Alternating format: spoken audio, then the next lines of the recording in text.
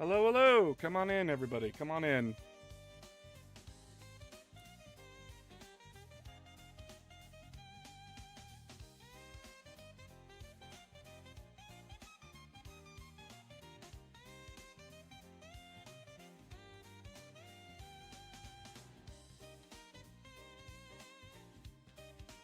What's the plan today, funny mole man? Painting. It's the title of the stream, right? We're painting models. More Red Corsairs.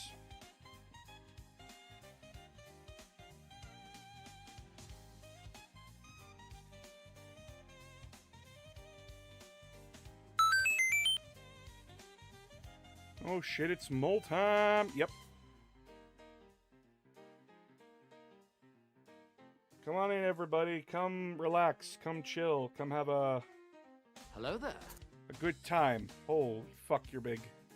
Hey, Will, how you doing? I mean, Your profile picture was huge. okay. I thought you were paying a compliment. Like, oh, so how's your day been? Oh, annoying. Because, like, Twitch is being stupid, and if you watch the interview with their community manager, it's just like, we're aware that, like, all of you fucking hate AI, but, go fuck yourself? Which, if that is what she was told to say as the community manager, fuck, her bosses need to be fired. Mm-hmm. And along with her, because fuck me, no one...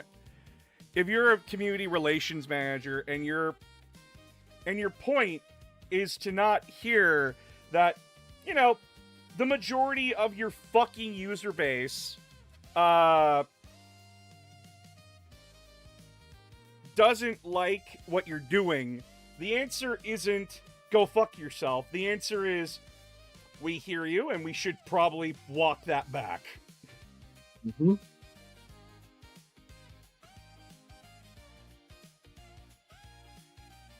Because someone else also brought up a good point. Hey, what if I'm streaming a game? Is your AI also learning from that game? Because that's theft. Mm-hmm. Which is going to open up so many lawsuits. Yeah, but all the gaming companies are already in bed with it, so, like, yeah. Until someone starts stealing their intellectual properties, which in that case, they're in trouble. Mm-hmm. I mean, yeah, it depends on how much money Amazon's going to throw at it, and at the moment, it's basically, I think, it's a considerable percentage of their entire value. So, which isn't yeah, good. I don't. No, it's not.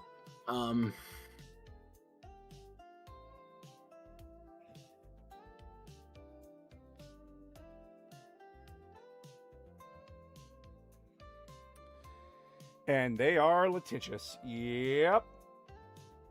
I can tell you right now, if you're streaming a Nintendo game and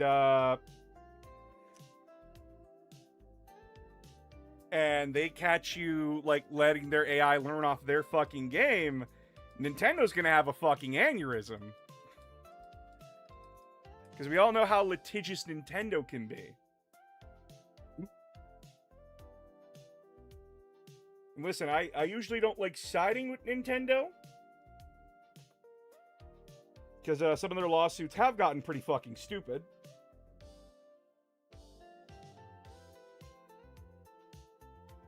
But in that case, yeah, no, Nintendo has an argument.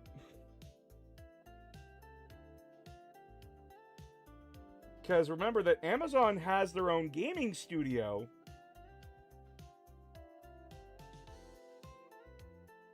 So if their AI is stealing from them and then using Nintendo's assets in Amazon games, uh-oh.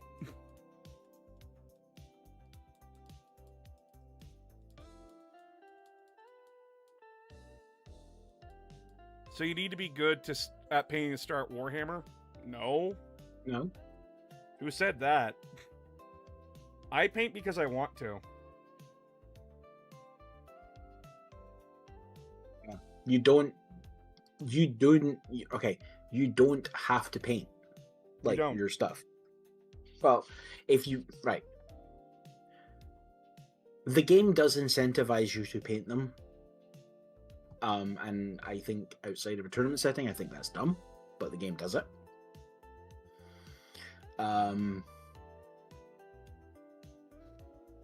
But like the level of painting you need to do is you can do with a spray paint can. Yeah, literally.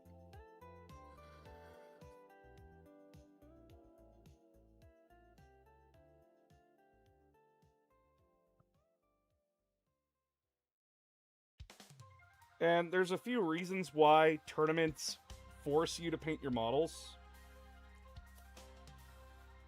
It has to do with promotional reasons and trying to snuff out sweats. Yeah.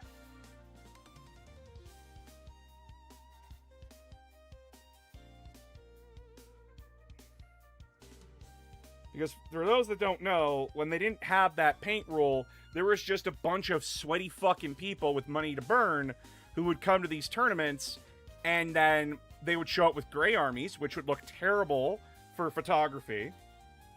And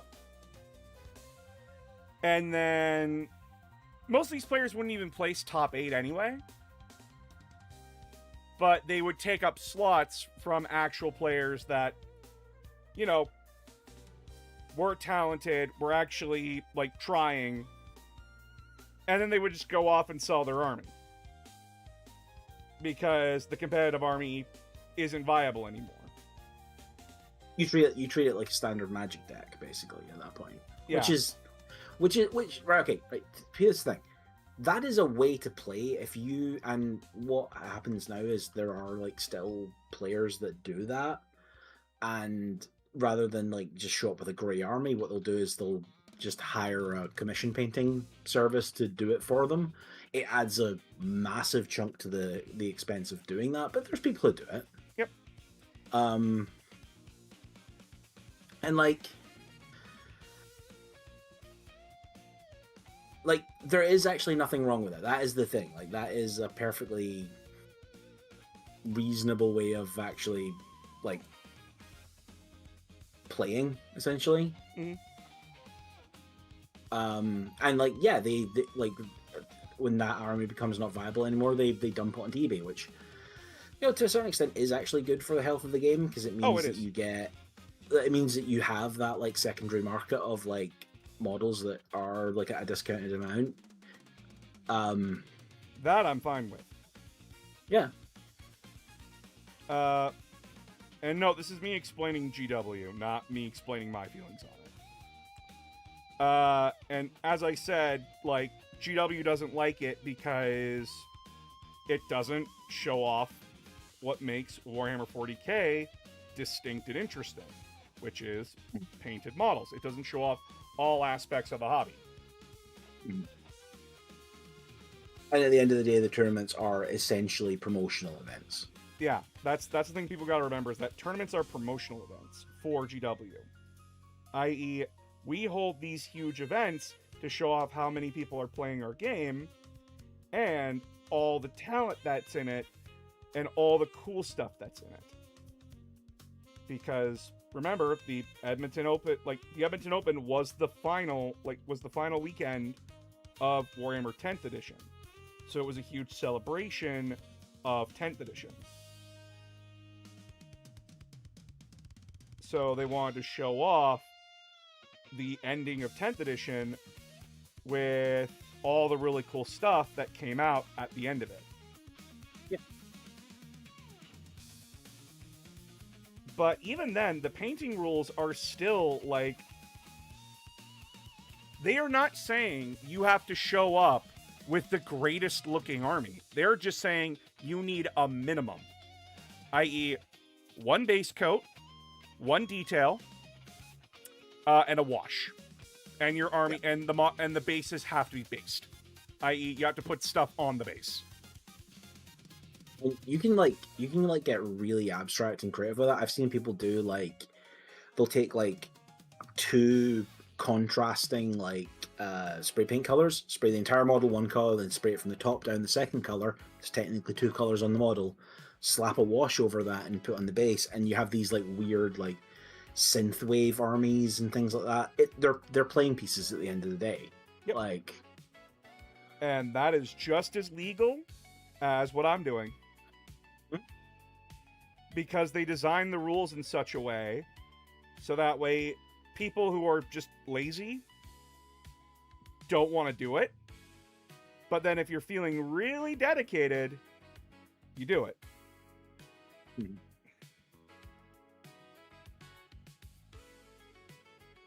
And no, since they've done that, the toxicity at Warhammer tournaments has gone down significantly.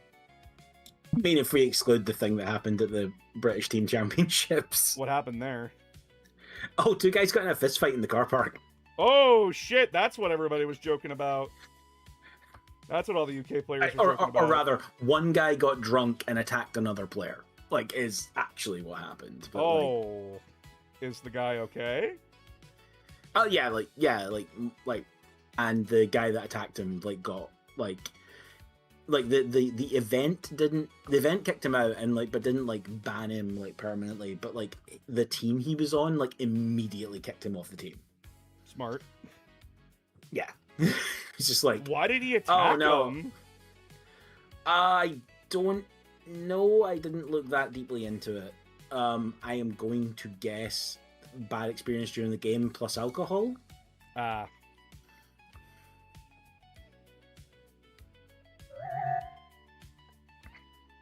Oh. Never let the brain goblins win, chat. And if you're angry, don't add depressants to it like alcohol and drugs. That's when the worst decisions come out. Mm.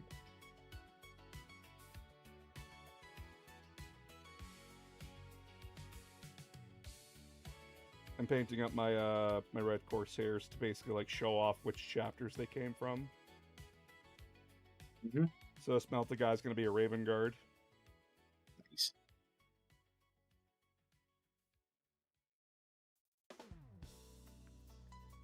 I can smell you.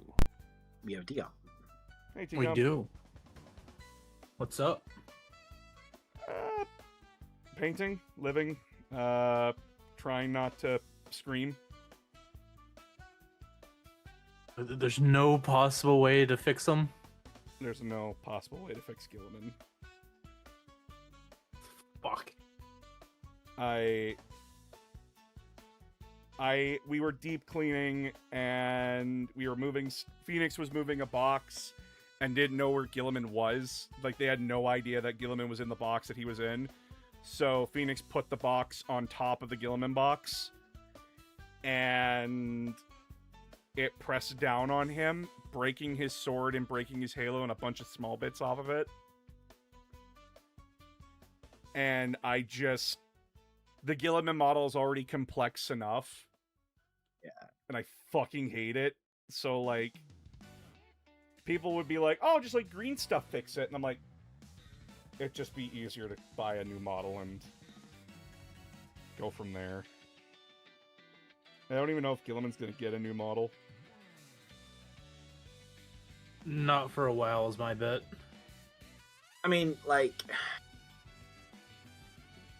right.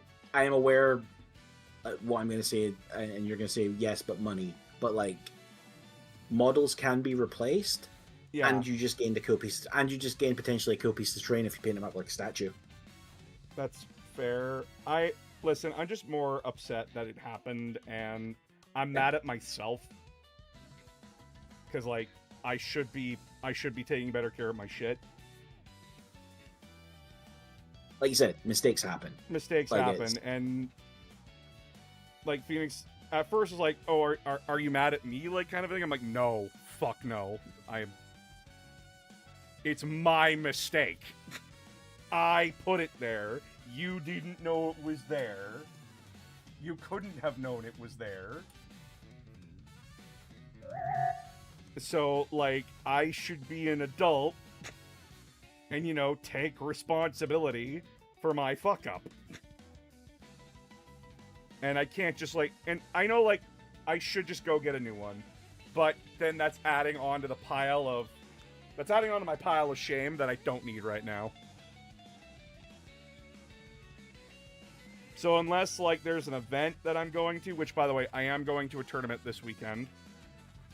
Oh. Like the first 11th edition tournament for my town. Nice.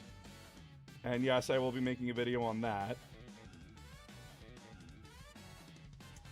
But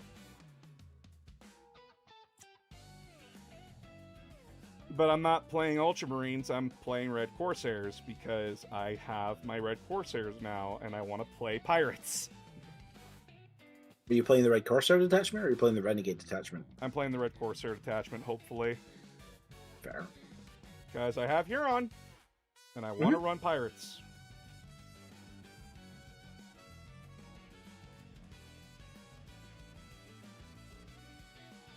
Also, I just want to say this, because I got the script done today, and I was shocked about that I got it done today. Imperial and Chaos Knights have fuck all when it comes to their backstory. Like, oh my god. Listen, I don't feel bad for the faction that they have so little, because it makes sense for them, but at the same time, it's just like, where's the rest of it? Like, you flip through the book, and it's just like, where's the rest of it? And I had to remind myself about Imperial Knights, they were a support army. They were always a support army. Because when they first came out, you didn't take an army of knights, you added a Lord of War to your already pre-existing army. And then 8th edition came out, and 8th edition was like, okay, now it's an army. But then, like, you played knights, and you're just like, but it feels weird when I play them by themselves. I know people don't like it when I say that. But, tell me I'm wrong. Because when you think about knights, you don't think about, like, individual characters. You think about the big robot. Yeah. Knights are almost the strongest example in 40k, I'd say, of this is your guy. Or your guys. Yeah. They have very basic, like, in-universe lore, because your knights are meant to be your knights, if that makes sense. Yes. Like, and I don't hate that. I, like, honestly. I got a question for you. What's For up? both of you. Okay. Based off what you just said about, like, the knights, what would you say is the most restrictive when it comes to the lore, creating your own guys? The most restrictive?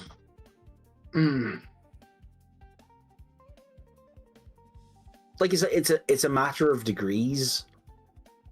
Like, maybe something like Custodes, because they're like, they have these set things, and they, like, you know, like, you can have them be like you can come up with your own, like, with everything you can come up with your own lore, but it's much, I think it's less, like, to keep them within, if you're trying to do something that is within the theme of the faction, I think you're going to be tied back much more to the core idea, and I think they've accounted for most of the ideas, if that makes sense. I argue Chaos Demons, honestly.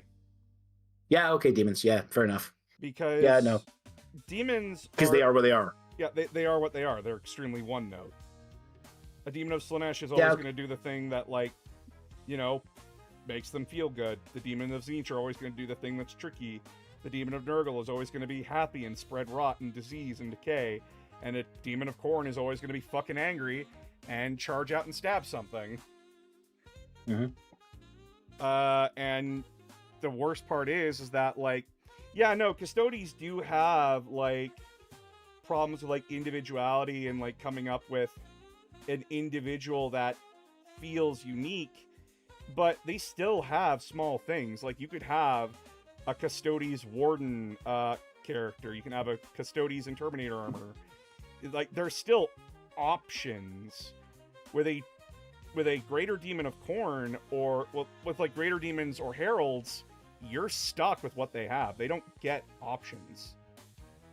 My point was more that, like, with something like Custodes, like if you compare them to Space Marines, as I know it's a bad comparison, but if you compare them to Space Marines in terms of, like, designing your own custom stuff, you can flavor how a Space Marine chapter operates and, like, what its tactics are, what its skill set is, what its strengths and weaknesses are. Custodians are basically, they're like, they have jobs essentially, but they all basically have the same training and do the same thing. Yeah, like, I'm not They just disagreeing with you. apply that differently. I'm not disagreeing with you. Like, I think, like, if we're making, like, a list, I think demons and Custodes, like, I think demons and Custodes are high up there on how difficult it is to make your own custom group of them. Yeah. Be an interesting tier list. Oh, that would be an interesting tier list. Thoughts for later. That's an interesting video concept. Most restrictive subfaction, 100% Sisters of Silence. I wouldn't say so. Because Sisters of Silence are with Custodes, but, like, we don't know much about the Sisters of Silence, which then that mystery of the Sisters gives us so much room to work with. Well, also, like, the specialties and, like, what the Sisters do are just as varied as the Space Marines themselves. Yeah. Like, you have the ones operating with the Custodes, you have the ones on their own, the black ships. Yeah, and I would believe that, like, Sisters of Silence, like, have different training because they're not these genetically crafted. I'm gonna say near identical, and you're gonna tell me they're not, but you know what I mean in terms of, like functionally identical warriors, essentially. Yeah, no, like, I would say, like, unless it's, like, a named character for the Custodes, each Custodes is, like, they do blend in together. But that's the point of them, right? Yeah, they are all. There is no such thing as a junior member of the Adeptus Custodes. They are all exactly but also, like, to the point that it's almost kind of implied that, like, Trajan Valoris is just as capable as the guard standing next to him.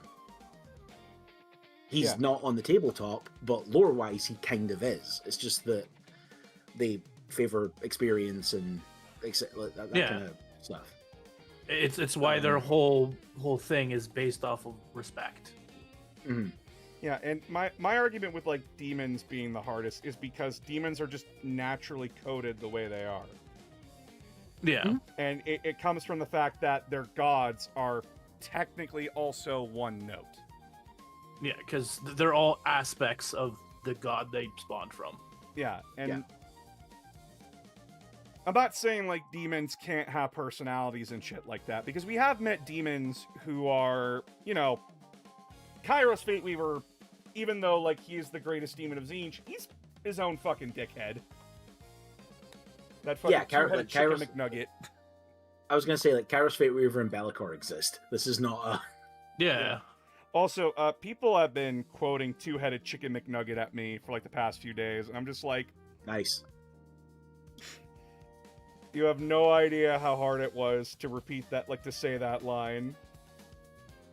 You know what you need to do? What's up? You need to hit up someone who's one of your artist friends and commission them to draw that and then put that on merch. Yes, I know. The guy who does Adeptus Ridiculous's thumbnails, he's like, once this big tournament is done, the Chrono Cup, I am more than willing to, like, talk brass tacks with you. And I'm like, oh, Okay. Yeah. And Liefry is a little bit busy because he's doing an animation job right now for an actual company. And like having to come up with like incredibly quick thumbnails for the Chrono Cup, presumably. Oh, yeah. No, he's he's working very hard on that, and oh my god, has he been knocking them out of the park. But he also has to do thumbnails for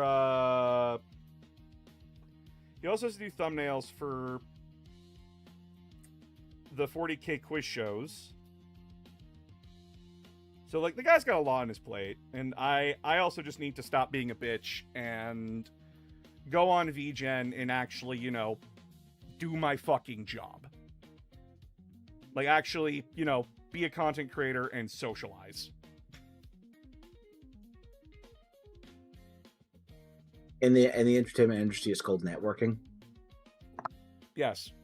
I need to. Or actually, I need to sorry. network. In the business world, it's called networking. In the entertainment world, it's called smoozing. Yes. Is the Navy and infantry split in the sense of Space Marine chapters as well, like in the Battle Bards or Crew Sep? No. So a Space Marine chapter, they are one entity from ships all the way down to like from the Marine. The Imperial Navy and the Imperial Army was separated because the Imperial Navy can't hold territory by itself. And so if an Imperial Navy group goes rogue, they have nothing to hold planets with. So that means... In theory. Which means they'll burn out on resources right quick. And if Imperial Guard go rogue, their regiments are designed in such a way that another regiment can counter them. So the idea was, at least when Gilliman was designing it initially, was that one group can counter the other. Well, yeah, also, like, if the Guard go rogue, you can just, you know, bomb the planet. Yeah. They can't really stop that. It does become problematic when the guard turn traitor and also the ship that was transporting them turns traitor. That's then a problem. Which worryingly happens fairly frequently. Man, it's like the Imperium sucks or something. Yeah.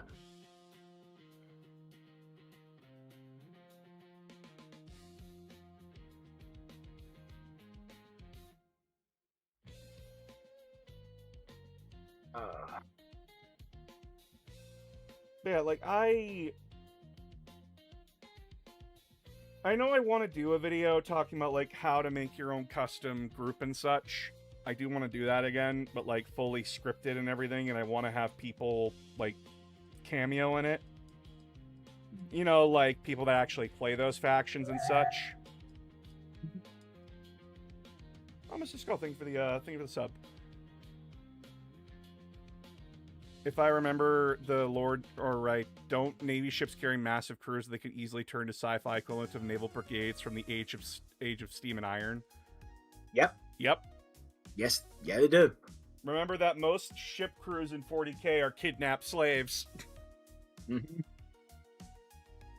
Oh, that includes the ones that includes the ones that crew the Space Marine ships. They're indentured slaves. Yes. By the way, chat. If you're on Twitch, go into your settings, go into privacy and security, and turn off AI learning. Mm-hmm. Because Twitch, in their infinite fucking dumbassery, have been told by Amazon that you're gonna have an AI learn off of not just the Twitch streamer and their stream, but their chat as well. Because that's what we need, right? More annoying fucking chatbots. So yeah, go into your settings. Go into your settings. Turn that off.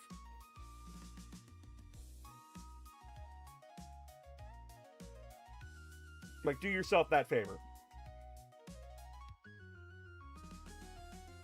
Because it's learning from you typing.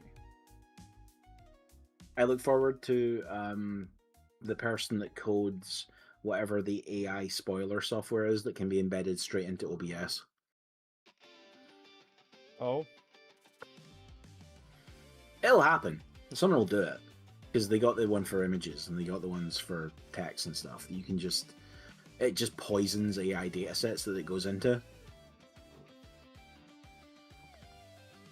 Yeah.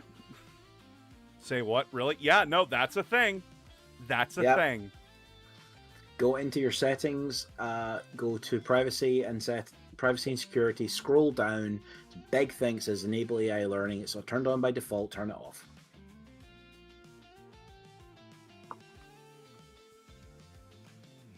It's fucking annoying, but if you don't want the AI learning off of how you type and how you do things, and then, you know, being used later by a scammer to scam your parents out of their fucking money, turn it off. Oh no, Hercules, it's even worse than that. You're not just like some people are press ganged into joining the crew. A large chunk of the crew are just born on the ship. Their families have always, as far as they're concerned, their families have always worked the ship below decks. They had an ancestor that was press ganged at some point. They literally don't know life outside of the bulkheads. There's a son?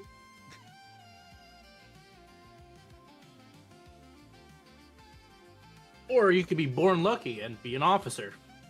Mm-hmm. And then you get to send the Navy enforcers down into the lower decks to suppress the uprisings that occasionally happen. The Rogue Trader game has you do that within about the first 5 minutes. It's I'm told there- I'm no, a bad also person there's- if I don't beat the shit out of them. mm-hmm. Yeah, there's also an entire murder cult on your ship that you weren't aware of. No. Because the previous Rogue Trader treated them like such shit that, yeah, they felt like they had to do that. No, they worship you. Oh, they worship you. Shit. Yeah. Yeah, they're your murder cult. Maybe. I mean, they don't do that. worship you. It's still an Imperial sanctioned cult, but you know what I mean. Maybe don't do that. But I want the hot death cult assassin on my team. I mean, Death Cult assassins are very cool. Not as cool as a Calidus or Vindicare, but No, I disagree. The original Death Cult assassin model is the most John Blanche Warhammer mini that's ever been produced. oh, I'm not talking about minis. I'm just talking about like I know. no, like the original Death Cult assassin is like goddamn. It is like that 80s is as that is- fuck. but it's also just like that is a John Blanche illustration turned into a model. That is like you are not even like even the special edition sister character that they did that's based on his artwork is like not quite as extreme as that original Death Cult assassin. Oh yeah.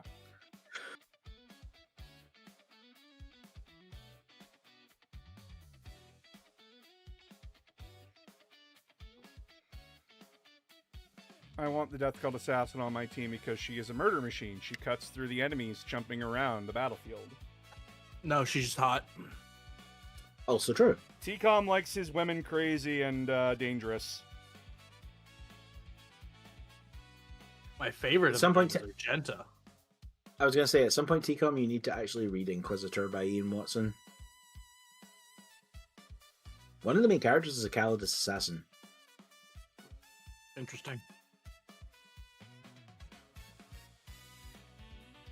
Ah, yeah, Shock Draco would totally still have sex with her as a gene stealer. Mhm. He's that I think he much- specifically wants to have sex with her more as a gene stealer. That's the weird part of it. Yeah, because she's more interesting that way, apparently. Yeah. Let it be known that there's an Inquisitor out there that wants to fuck aliens. Well, not Like anymore. a real man's man. Well, not anymore. It's very much implied that he is very dead. Oh, yeah. No, he's fucking dead. Unless.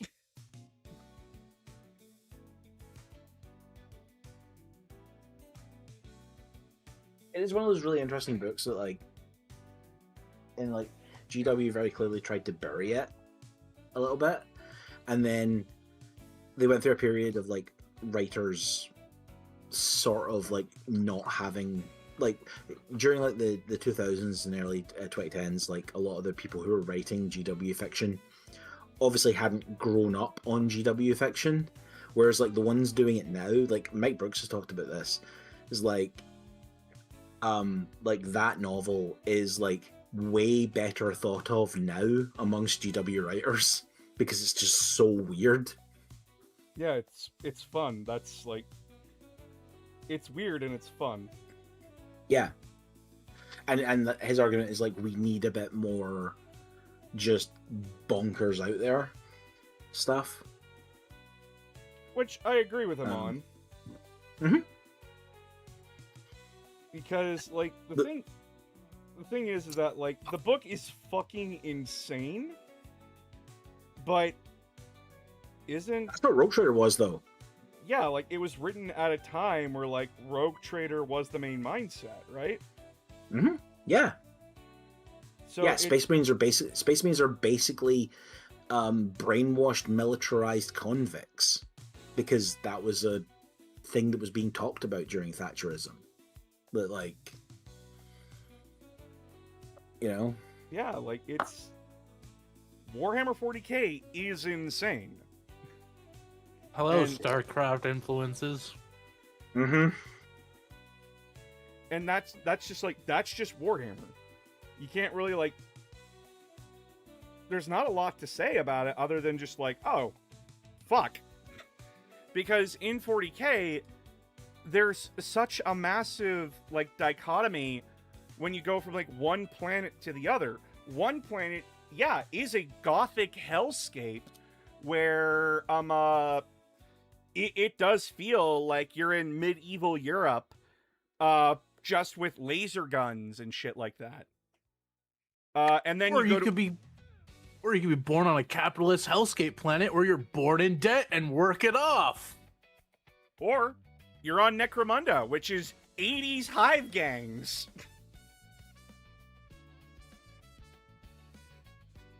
Necromunda Necromunda at this point has had so much iterative design in terms of like how that world works, and I get that it's meant to just be like archetypical of like how hive worlds work in general, but like it is like that is a rabbit hole that you can go down and not stop. Yeah, like I know when I have to get there eventually, it's gonna be a fucking nightmare. Yeah, don't. It has to be its own series. You can do like a very basic need to know on what Necromunda is, but like you're not gonna get into the detail of what all the houses are. Oh, yeah, no, like I know that. Oh, like you can maybe do the detail of what like the main 6 are, but like not like all the other stuff. My plan when I do get to need to know Necromunda is Mhm. I talk about the planet, Mhm. the history of when it joined the Imperium, and then when I jump to like what Necromunda is like, I talk about the basic idea of the politics Mhm. of Necromunda, which is everybody is vying for some fuckhead to like them. Mhm. And no, this is me heavily generalizing. And then I talk about the individual houses, so Escher, Kador, Vansar, so on and so forth. And then, and like not even go into detail about them, just like these are the main houses. To answer Chaser real quick. No, Necromunda is not cyberpunk in any way, shape, or form. Actually, Necromunda predates a lot of this cyberpunk movement. I mean, yeah, you had Neuromancer Bennett was out at the time. Yeah, in Necromunda. Neuromancer was, but like a lot of the follow-on things, like Android's Dream, Electric Sheep, Cyberpunk 2020, like all the role-playing games, right, those hadn't come out yet. Yeah, but it has folded in so much Yeah. of that over the years. Yeah, Like the idea of Necromunda it's is that more leaning 2000 AD than it is Cyberpunk. Yeah, the idea of Necromunda is that it's supposed to be British counterculture as a hive city. Yeah. And also it's just gang warfare. Also, someone asked if Necromunda is actually that important. It's not. No, It's No. like it's as important as any other hive world in that it has a very large industrial output, and it's technically an Imperial Fist recruiting world. yeah, like they say it in the material within the book. What happens on Necromunda stays on Necromunda. The effects of the 40k universe will affect Necromunda, but anything Necromunda does will not affect the universe. Yeah. Like the most recent big plot point that he did on Necromunda got resolved. Like the big drive to get it resolved was it was becoming enough of a problem that the Imperium was going to take notice and going to take action. And So they had to resolve it Yeah, before that happened. and that was basically a secession crisis. Like, Yeah. like the Oh, best yeah. way to put it in a way that everybody will understand is that it was a secession crisis. And Yeah. that secession crisis was, at least for Necromunda, it's like the biggest revelations. There was another house that was buried after the Great Crusade, kind of a thing. And no one knew why. And then the Imperial Fist came in. Yeah, do you know the really funny thing about it? What? It's not even that far. It's not even that far back. It's like 1,000 years. Yeah. So, like, something that's earth-shattering to Necromunda is the Imperium looks at its watch and goes, okay, so you're having a panic attack over nothing. Mhm. Whereas to, like, people on Necromunda, it's like, this is a huge revelation. Like, this is earth-shattering for our society. And the Imperium taps its watch and goes, you have a schedule to keep. Get back to work.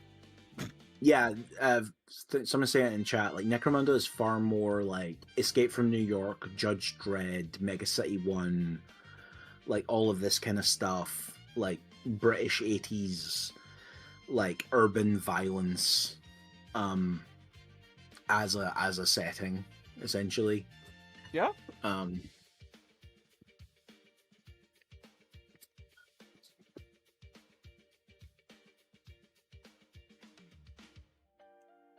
Like, Necromunda is supposed to be smaller scale. Like, it's the original Kill Team is what I argue about it. Yeah. And that the ideas of it is that, like, it's more roleplay aspect, because when you actually read the rules of Necromunda, when you're actually playing the game, you're a gang that's trying to become, like, top dog in your district. And then it's not just like, oh, we show up to beat the shit out of the other gangs. You show up and things can happen. Like, oh, your heavy gunner got killed because a ganger managed to surprise them and stab them in the back. Or your gang leader got captured and your opponent now just has your gang leader in their roster. And you have to negotiate with them, like actual resource negotiating with them to get your character back. Or you're forced to play a mission where you have to play without your leader, your gang leader, against the opposing gang to get your gang leader back, which your gang leader can get killed in. It's that kind of layered complexity that is very fun. And no, like, this game encourages you to customize your gangers. Like, they do give you options for, like, special equipment that your gang would have access to, but if you want a las cannon, you better go find one.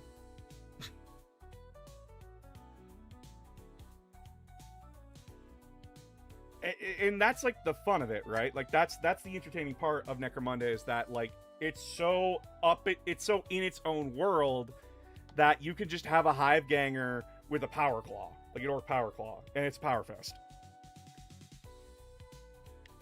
That's the fun of it.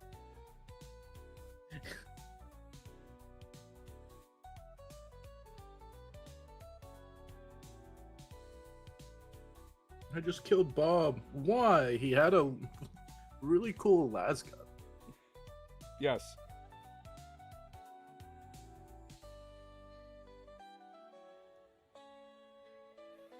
Like it's a fun game. It's not for everybody. I will tell you all that. Like there is aspects to it that will drive you up the fucking wall if you're not used to that kind of thing.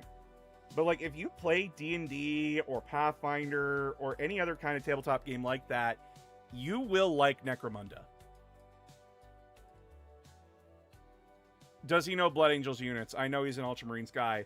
I know Blood Angels units. I make fun of them. I don't like Blood Angels, but I know their units. What do you want to know? Dreadnoughts.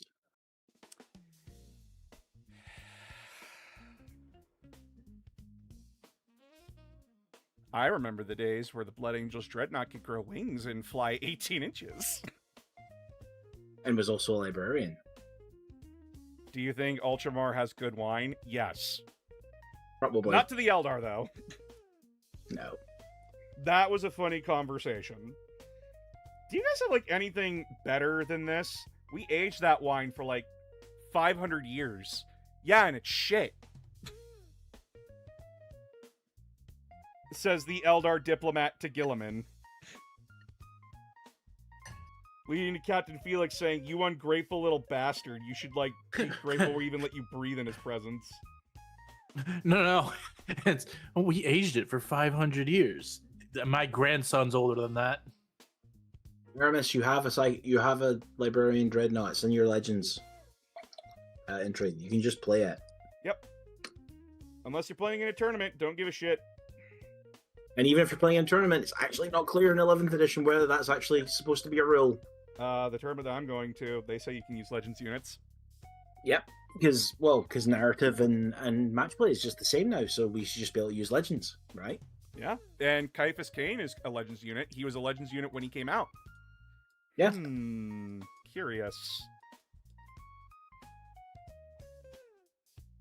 I mean, I actually, right, here's the thing. I don't hate GW doing that because it's a limited edition model that's a limited run, and they don't want to make it a case where it's like, oh, well, this is like really good for competitive play, so you need to get it kind of thing. It's like, if you want it, you can get it.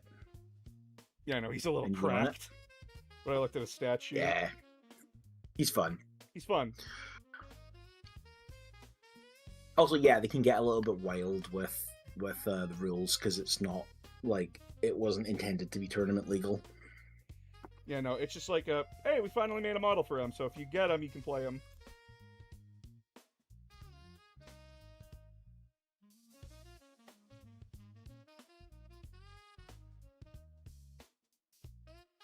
Which I think Caiaphas Cain fans are really happy about.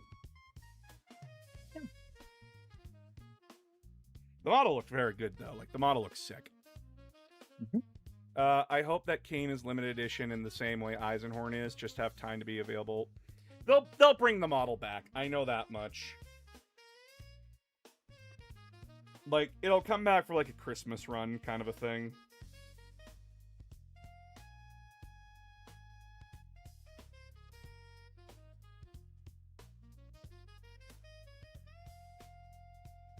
He gets a new menu for his next book. I do hope they update Bjorn the Fell-Handed. They probably will. He's getting a book. Yes. 40k is not going to get into a point where they're giving any kind of crap about what their models are going for in a secondary market. It's in a shop. Yeah. It's just not their business model. Unlike Wizards of the Coast with Magic, where they have to sort of pretend that the secondary market doesn't exist, even though they absolutely know that it does. GW basically don't care. Yeah, because like the models are already built and sold. What are they going to do about it? Yeah.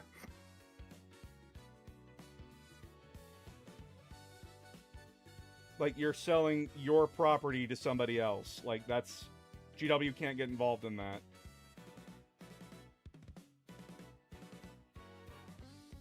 Also, there's nowhere near. I mean, like, okay, I get that they apparently take action against like FLGSs that like advertise second-hand models like online.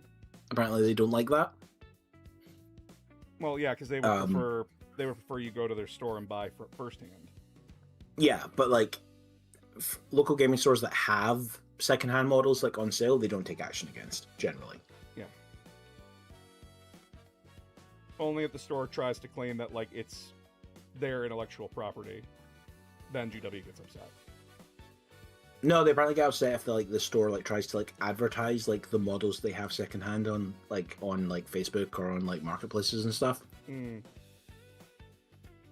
They don't like that aspect, but like, okay, good to know.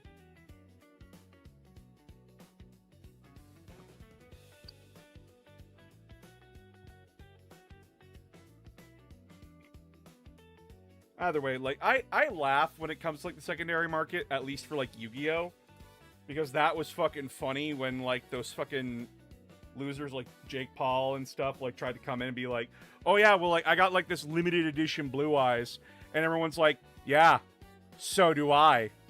And they went like, what? What do you mean? Konami has a very generous reprinting policy. Meaning that cards will never, ever break maybe the $200 mark. And that's only because that card is currently viable in competitive play. yep. And then Wizards of the Coast looked at that and went, oh, so there's people who are willing to drop literally millions on cards. Print the One Ring. Hey, didn't How many of them destroy are it, How many of them are you gonna print? One of them. And that fucker didn't destroy it. The bastard. Traitor. He's not a hobbit, that's why. He's a man. Man can be corrupted. I would have destroyed it. After all, I wanted to be known as the man who destroyed the One Ring.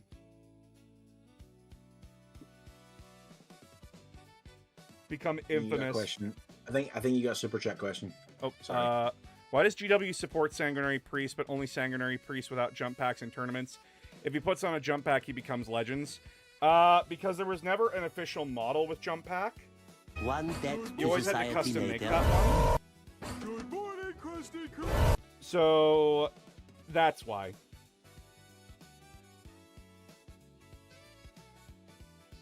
A lot of 40k models just didn't have official models. You literally had to kit bash a lot of the time. Captain on bike didn't exist. You need to get a captain model. You need to take the upper torso of the captain model and put it on a bike. There's no official model for a Thousand Sun Sorcerer and Terminator armor. Yep, I have to take the Thousand Suns Rubric Terminator kit. I have to take the Terminator Sergeant of that squad, like the Aspiring Sorcerer. I have to put that front on the Chaos Lord and Terminator armor. And that's how I get a Sorcerer and Terminator armor by official GW standards. Or, you just grab a Sorcerer and Terminator armor and just say he's a Thousand Sun Sorcerer. Is kit bashing heresy? No. Nope. No. In fact, it's encouraged.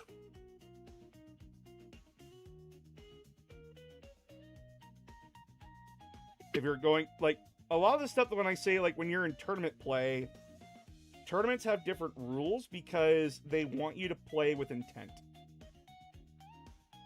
I.e., they want you to play honestly and not be a fucking dickhead. So, like, when I say, like, tournaments, well, they do allow you to bring your custom models, but they want you to make sure it's clear about what your guy has. So, like, if I'm bringing if I'm bringing a Space Marine captain and he's using a relic blade, like a relic weapon, but I'm treating it like a power fist, then something is very wrong. Because it has to be very clear to your opponent what you're using.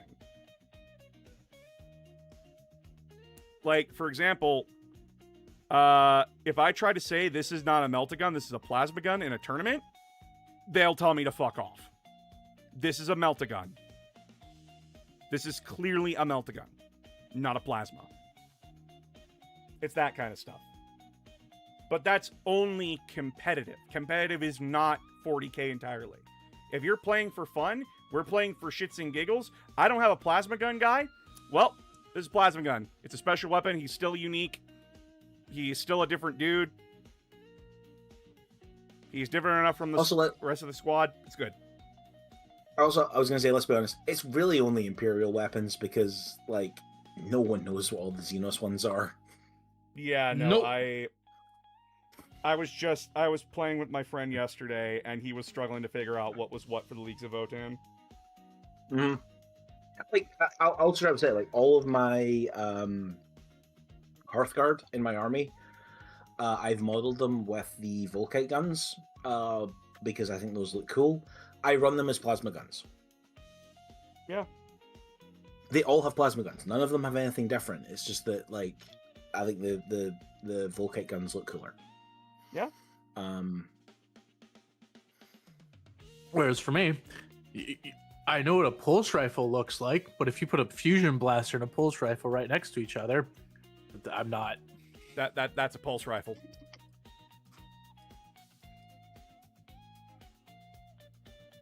And there are, like, armories inside the codexes for, like, the Xenos weaponry and such that'll tell you what's what. Mm-hmm. Which I do appreciate whenever they do that, because that is super helpful. The Votan one is especially fun because it's basically a sales catalog. Yeah. But, it's the manufacturer on it stuff. But they do need to get better at, like, putting that in the instructions about what it's called. Or what they're probably going to do is be like, whatever it says in your army list on the app is what you have, regardless of what you've modeled the models as. Fair. Genuinely. And with the new system where you can look at your opponent's list, you don't have that thing of, well, I misunderstood, I thought it was this. Will be the argument. You have your opponent's list literally in your hand, you know, kind of like at all times. Yeah, that's fair.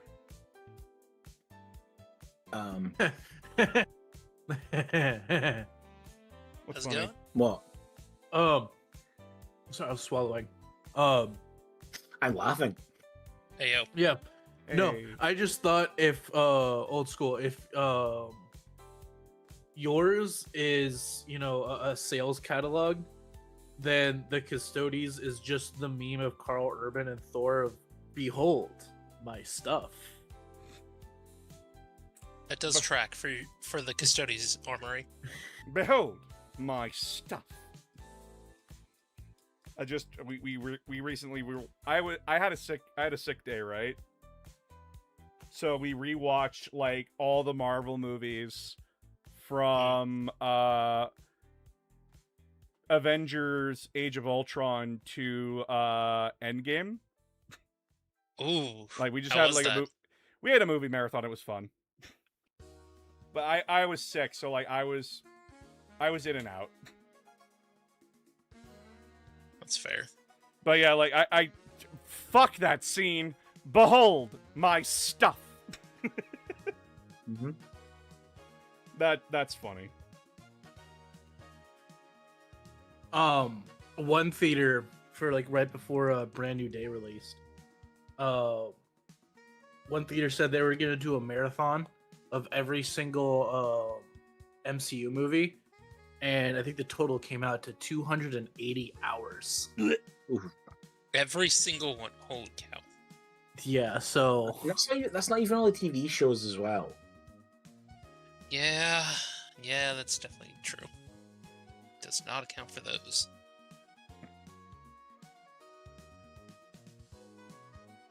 Yeah, I'm good. I'm not watching all that. I did- have, I think. I technically have as well.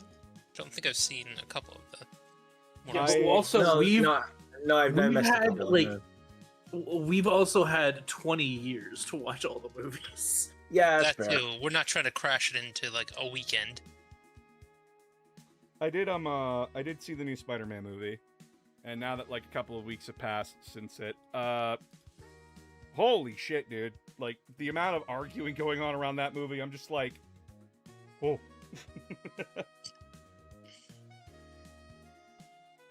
And I'm just happy Bernthal's back as the Punisher again.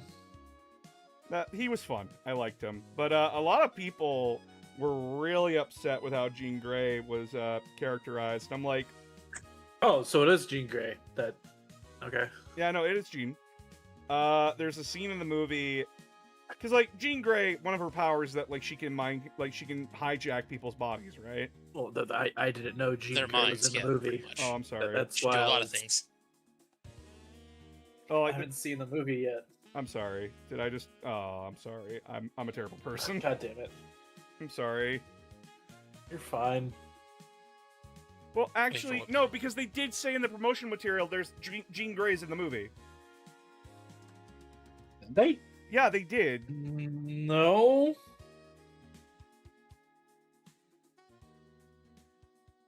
Like that's why like everyone was doing fucking theory videos up to the day it released. Cuz yeah, they hinted that it was gonna be Jean Grey. They never said it was. Well then, the Avengers wiki is a traitorous bastard. As far as I remember, I could be wrong. Because I read it on the Also, Avengers maybe- wiki, because like that just Yeah, straight up also- spoiled it then. Yeah, also I'm gonna try to say that like I wasn't like super plugged into like all of the things people were saying about the film before it came out. Like I watched the trailer and was like, oh, I'll watch that probably when it comes out on Disney Plus because going to the cinema at the moment is a lot. Yeah, we You need to see the Odyssey in theaters. I I'm good. So Not gonna good. lie, I'm right now looking at potentially going to see it tomorrow night. I might go. I might go to see it. The thing is that yeah. I'm gonna say this right. Someone made. Sorry. No, you go ahead. Sorry. No, you on. You're. I'm gonna say this right. Listen. Who's the director again? I'm forgetting his name. Christopher Nolan. Me and Nolan films don't get along. We do not get along at all. I struggle with Christopher Nolan films. I think you might like this one. No.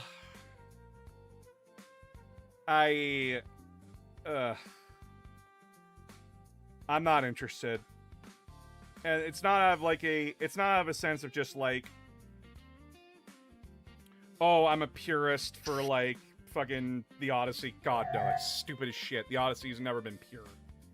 It's a story that was carried through There's the oral many- tradition. There's many different versions and translations as there are of the fucking Bible. Yeah, like guys, gals, non-binary pals, you're never getting a pure retelling of the fucking Odyssey. Also, if you did, you would all hate it because it would be gay as hell. Yeah. Yeah, they really would not appreciate all that, would they? 0 out of 10, no gay sex in my Odyssey. Like, oh my, but also like some of the people's arguments about it are just annoying because there's like people are like, why didn't he show Cersei raping Odysseus? I'm like, did you want to see that? You Like- can take your weird kink somewhere else, sir. Yeah. did you want to see femdom rape? Like, there's sites for that. There's special sites for it, and The theater is not your fucking porn site, dude. yeah, we don't do depends what those thea- kind of depends what shows kind of in theater you're in. theaters anymore. Those kind of theaters are not very popular anymore. Old school. Yeah, they're Yeah. largely going out of business, which is kind of insane. Like, I get it's because of the internet, but like Some people just do not appreciate having a secondary audience. no. Yeah, like Jesus Christ. Are you gonna make a vid about the physical emperor and the warp entity? I already did. It's a short. Guys, I need you to understand something. Sometimes there's not enough stuff to put into one video.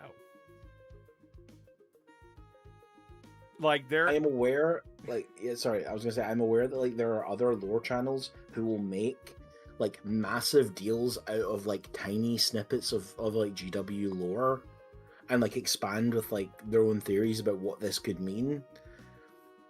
I am not one of them. But there isn't an answer, and the point is there isn't going to be an answer.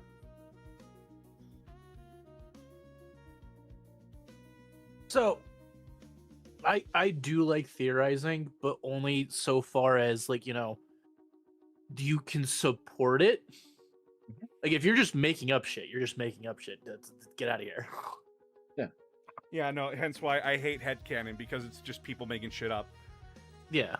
By the way, to the people saying that my McDonald's skit is headcanon now, thank you very much. I appreciate you. That's funny.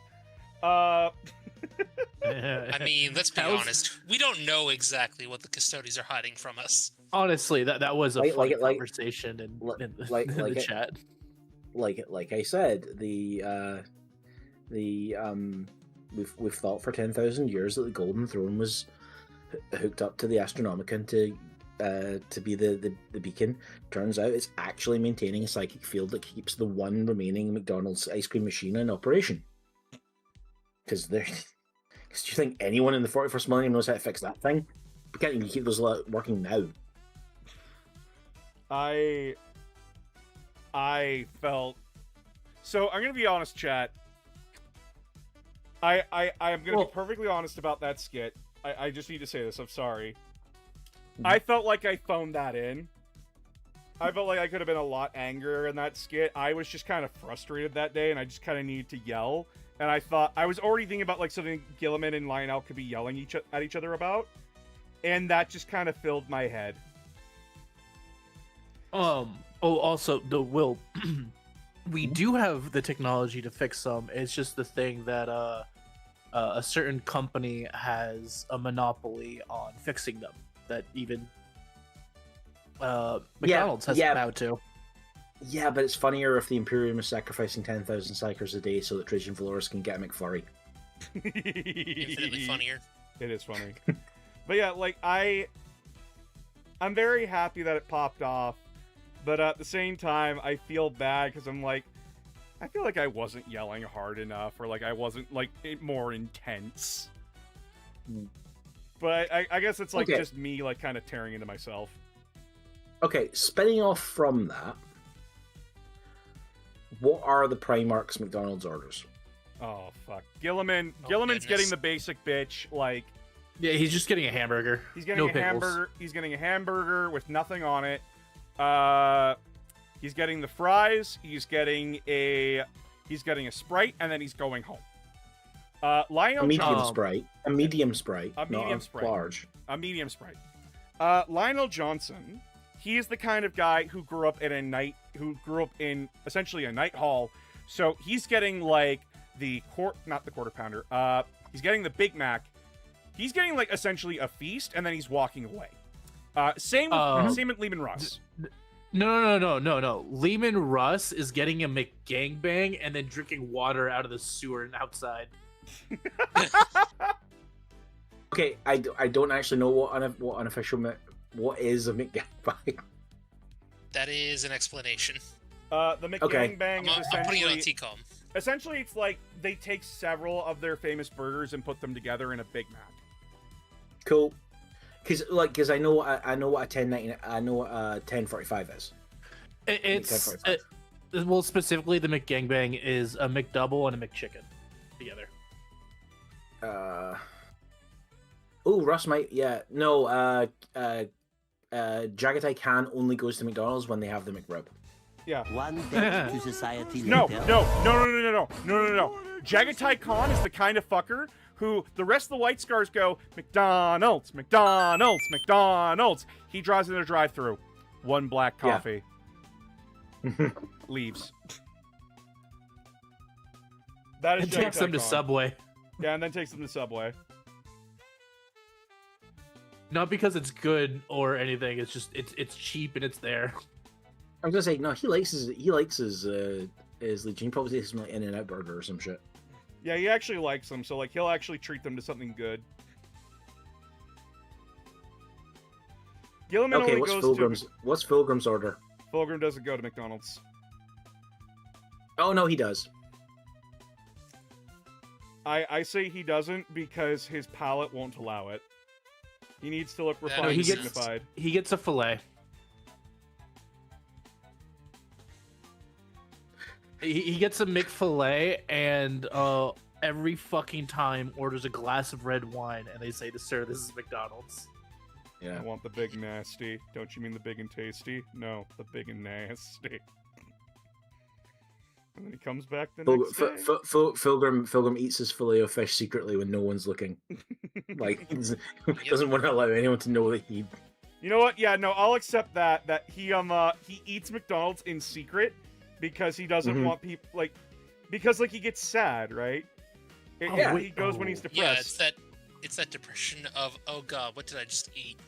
Oh wait, no. Perturabo and Dorn. Oh. Dorn gets a Happy Meal. Dorn They're gets too the busy Happy Meal, fighting and in the Perturabo fight also palace. gets the Happy Meal, but pretends he doesn't want it. Yes. And then he cries in his bed while he eats it. Oh, Yes. and they're he's trying to get the same toy that fucking Rogel Perturabo. has, but he gets Rogel, the yeah. worst toy. Yeah, he gets the worst one out. Whatever the crap toy from that set is. Because there always is one. Yeah. And he gets really upset about it because No. it feels targeted, but it's not. Yeah. Dorn gets the Sonic and fucking Perturabo gets silver. Yeah. Yes. Yeah. Yes. This is bullshit. I just got discount Sonic. And then Dorn tries to be like, but Silver is obviously superior. He has psychic powers. Mm-hmm. Like trying to justify why Silver would be better. That's just fan-made OC bullshit. Don't try to comfort me, Dorn. Mortarion just goes in the trash. Yeah. Into the dumpster out back. Yeah, because it's Mortarion gets the fillet of fish, but eats it openly because fillet of fish is trash. yes. No. He buys out all their used fry oil and then drinks it.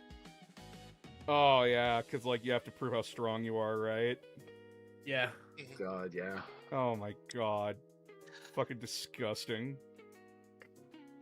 Why do I feel like Sanguinius is the one to order the salad at McDonald's? I don't think you know what? I'm gonna say Who this does about salads here? Sanguinius. I'm gonna say this about Sanguinius. He doesn't order the salad.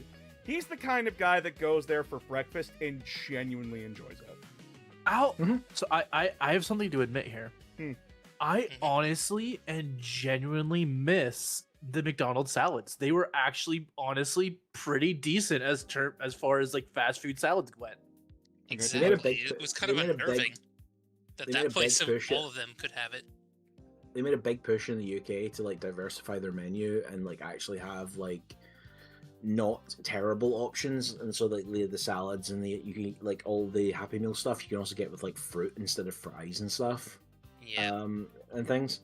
So it's not terrible now. I that's the thing. actually The only learned. fruit. Go ahead. I actually learned that Canada is one of the very few places that McDonald's does all-day breakfast in. You get all day breakfast? What the fuck? They Yeah, do that's it. not, that's not fair. They do it on and off in America. Yeah, but like it's That being standard said- in Canada. Oh, you can get like 10:45 like at any time. You know what that is? No. You're supposed to go at 10:45 in the morning, which is when they've just finished doing breakfast and they're switching over to the regular menu. Yeah. And everywhere else in the world except for Canada, apparently. And you get a double cheeseburger and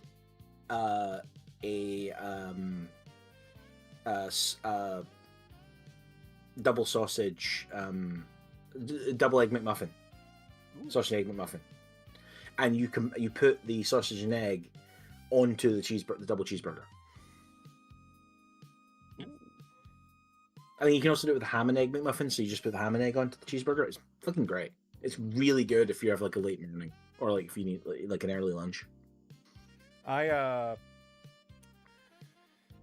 Continuing this Primark talk, because I see a lot of people being like, "That's bullshit," and I kind of don't want to be hung for being Canadian. Yeah. Listen, we're not gonna hang you, boss. We're just gonna need to go to McDonald's when we're visiting in the custody situation. I was gonna say like you're next you're gonna be telling people that you get like McRibs all year round. They did that for 1 year. No, because they need 11 months to hunt down whatever that thing is. No, apparently it is literally that so McDonald's can only offer the McRib when pork prices drop below a certain amount, and Yep. then they purchase so much pork that it increases the price above the amount that they can buy it. Yep. In order to financially do the product. Because they can only sell it at a profit when it dips below that. I forget what the exact amount is, but yeah. Yeah. But Yeah, sorry. No, you're good.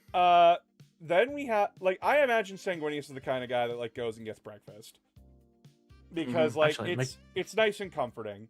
Mhm. Conrad Kurz, he's the guy that goes in the walls for the rats. Ferris Manus does not eat at McDonald's because that shit is weak. And then he proceeds to go to Arby's. Orders nothing but horsey sauce. Exactly. That's it.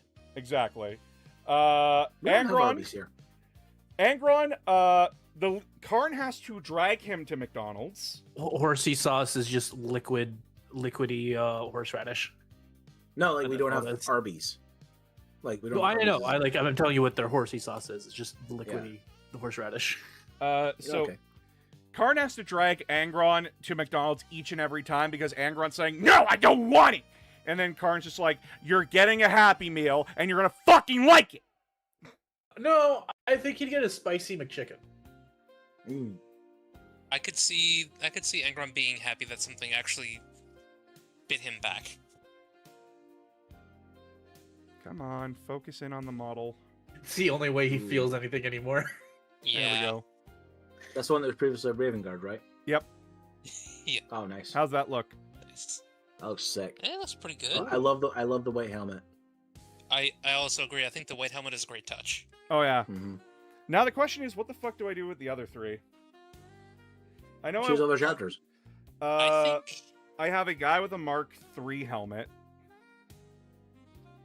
and he has I a think robotic giving them to- leg. hear me out. Iron Hand.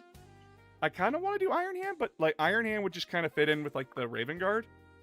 Medusa. Yeah, but I think you Ooh, do son of yeah. Medusa. do one where they actually have like a partially split helmet, where one side is their old color scheme and one is the new color scheme as a Crimson Raider.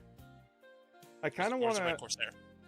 I wanted to do the smoke grenade guy as. Ooh, who would the smoke grenade guy be? Exorcist. Alpha Legion. I wouldn't say Alpha Legion because Alpha Legion isn't. No. I don't think Alpha Legion fit. Alpha with Legion's theirs. smart enough not to get pulled into Society that. What does Corvus Corax do at McDonald's? Corvus Corax tries to unionize the McDonald's. And then realizes that the souls of What is all the those already what is working there are so condemned. what is the Make it most safe. late night goth or emo McDonald's order? Oh trying to work it fuck, out, yeah. that's like 50-piece McNugget meal at like 2 a.m. Yeah. Wait, do you mean At stoner? 11 So, No, Yeah. no, goth specifically. Like, Oh. goth. No. Goths go en masse to McDonald's.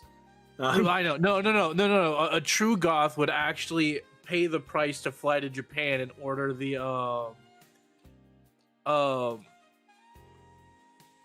is it the the, fucking the Whopper made with squid ink. Oh, the black ink. Yeah, they go to. That's what a true goth would do. And They'd fly to Japan and go to Burger King. yeah. I was gonna say no. I could discuss Alfarius's some one. Medusa. Alfarius's one is he gets a Big Mac. He gets a Whopper, but puts it in a Big Mac box. Oh, yeah, no, there's the real answer. Vulcan himself, he's the guy grabbing the orders. Vulcan is the one grabbing the orders for everybody.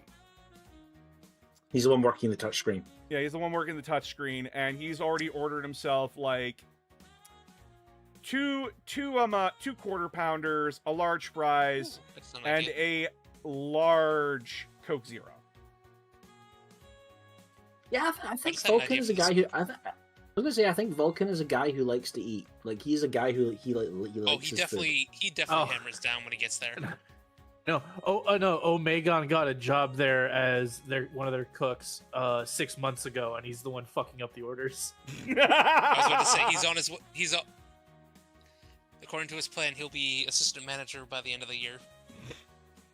All I have to do is prove that Becky is a bitch.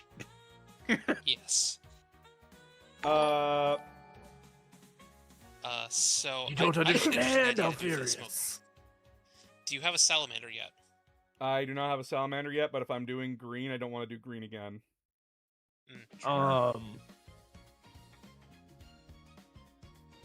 Blood Raven. They're already red. Oh, I guess like the bone, Yeah, they're- like the beige shoulder pad, like the cream shoulder pad. Yeah, the Yeah. cool base shoulder pad. Yeah, That's a good idea, actually. and like the gold trim on it as well. Like, that should be a nice pop of color. Yeah, you're right. Oh yeah. Oh yeah, So- word bearers. Which successor chapter / Traitor Legion do you hate the most? The one I hate the most. Question from chat. Oh. As far as successor chapters go, I mean, I feel like most of us here hate the Black Templars. I wouldn't say hate, just an indifference too. I don't hate them. I don't hate the White Templars. I just dislike their fan base. yeah, I no, just like that's certain That's parts of definitely, their fan that's base. definitely more of a transitive property moment. yeah, it's Yeah. kind of like the transitive property of I want to knock Black Templar players down a peg because like fuck me, their player base like I feel as bad- a faction, it's just indifferent. they're You feel boring. bad for the ones that are actually genuinely good people. Yeah, I feel bad for the ones that are actually genuinely good people because, like, fuck me, dude. Black Templar, like, the actual nice Black Templar players are so fucking nice. They're just wonderful people. And then you get to the ones that make you want to die, and then the good Black Templar players feel like they have to apologize for them. And I'm like, no. You don't apologize for shit. That person's a fucking shitheel. They need to fucking And also- grow up. And also, like, as a faction, it's that thing of like, one, they're supposed to be like representative of like this is what a crusading chapter is like, regardless, like they're just like meant to be Yeah. like they are the ultramarines. They are the ultramarines to the crusading chapters. They are the model by which crusading chapters are generally seen. And to GW's credit, like the last couple of editions for them, they have absolutely painted them as arseholes. Like they are the Problem bad is- guy Space Marines. They're also the effective Space Marines, which is why they still have support. It's one of those, they can be dickheads, but they're not being dickheads to us. As for, like, that's the thing. chapters, But that's the thing, like GW have like been very much rolling that back. Like they're not actually like they had a long like from about the mid 2000s till about like 8th edition. Yeah, they were like oh, the Black Templars show up and they're badass and they do all this stuff. And like, since they actually started getting like, you know, dedicated codexes rather than just the one they got in fifth, it's been like, Yeah, no, they're no, they kinda they suck. fuck up this and then they fuck up this and then they fuck up this, like. because Well, they're the okay. shoot first, ask questions never group. Well, also, okay, so also remember, like when a lot of people got on board with the Black Templars. Well, when was that? Right when Space Marine 1 released. Mm-hmm. Because you know they make an appearance at that with the end with fucking Inquisitor. What's his name? And like, oh, okay, yeah, and then like, hey, who are these guys? And you know, the people would start like researching them or whatever. And back then, we didn't really have any media featuring the Black Templars. We didn't have the books. I think Hell's Reach was really. We had the only Damnation one. Crusade. I know that for a fact. We had Damnation Crusade. Yeah, Damnation Crusade and maybe Hell's Reach. I forget when And- Hell's Reach released. And they were also they were also going to be the there was a lot of art released for the Dark Millennium MMO that was in the works where you were going to play as a Black Templar. Oh yeah. If you played as a Space Marine. Yeah. Um, So like I think that was a big part of it, like why a lot of the chuds attached themselves to the Black Templars has a lot to do with that. Just because when they became popular, we timing. didn't really, we didn't really gonna know s- anything about them. I'm gonna say I don't. There was a bunch of that, and then they got a bunch more fame. I'm gonna say straight up because of that Hell's Reach animation Yeah, Yeah, that was online. I can't remember. Was that You know, official or good animation. Was that official or like a fan project? I don't remember. Fan project. fan It's fan project, but they They eventually they hired did- the guy. they officially hired them. They were the team that did Angels of Death. Ah, okay. Yeah, like you can like now that you know that you see similarities in the styles now, don't you? Yeah, I do. Yeah. I just couldn't Like remember. that's why I was so happy when I first saw. I was like, okay, you guys have a budget now, and let's see what you can do. And they, except for the mouth, like the voice animation, the mouth animations, they did yeah, really no, well. I remember you and me making fun of that together.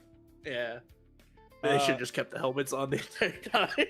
Guys, Yeah. people doing like animation and such, you save a lot of money doing it, and there is smart ways to like emote with helmets on. It's all like- about body language. Again, and Angels of Death did a great job with that. Like they didn't need their helmets, and honestly, it would have been better if they had their helmets on I'm and their gonna quickly, armor was like, unique read these enough. guys up like this. I'm just gonna quickly read them up like that. Yeah, and their armor was unique enough between the squad members that you could tell who is who. But if we're really like brass tacks chapters that I really don't fucking like, like there are the ones. Marines Malevolent don't count. They're a gimme. Yeah, they're fucking everyone Yeah. hates them. everybody. You're supposed to hate them. They're supposed to be the fucking Yeah. jackasses. Like ones that I actually just don't like, and I'm sorry, Aramis, I have to say it, but it's a Blood Angel Yes, subchapter. I'm abundantly aware it's probably gonna be a Blood Angel subchapter. It's probably the what is it? Lamenters. It's the Lamenters. I despise the Lamenters. Everybody kicks them at this point, and it's the saddest They're truth. boring. Listen, I agree with you. I know. I feel bad because like I keep ribbing. Listen, I'm making it up to you. I'm making it up to you, Blood Angels fans. I have something in the works. I promise. Okay? hmm You'll have to go to Patreon to watch it, but it's an actual Blood Angels group that I like. Okay? It's not the one that everybody's thinking it is either. Angels Vermilion. No, I find the Angels Vermilion to be funny because like they. I don't know. I find what the Angels They Vermilion. just stopped caring. They just stopped honestly. giving a shit. Yeah. That's funny to me. Yeah. That's hilarious. That's its own sadness. It's why they were also the only one. They were one of the 2 chapters that were not allowed back for the devastation. Actually, the funniest thing is, I did read on them a little bit more.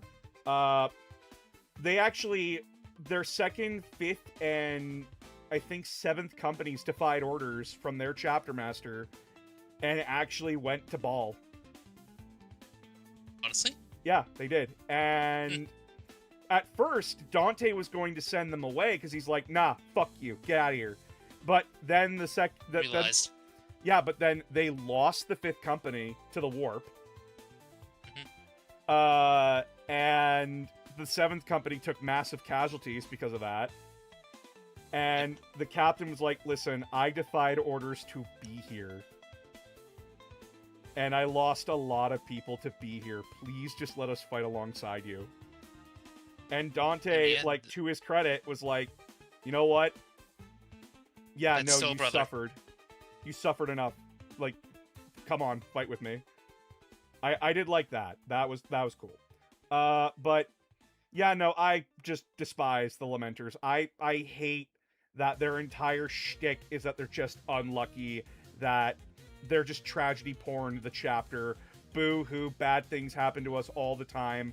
And then I read something like the Crimson Slaughter, or I read something like the Black Consuls, or fuck, any other faction within Warhammer 40k, and I'm like, yeah, no, you're not special. You're not.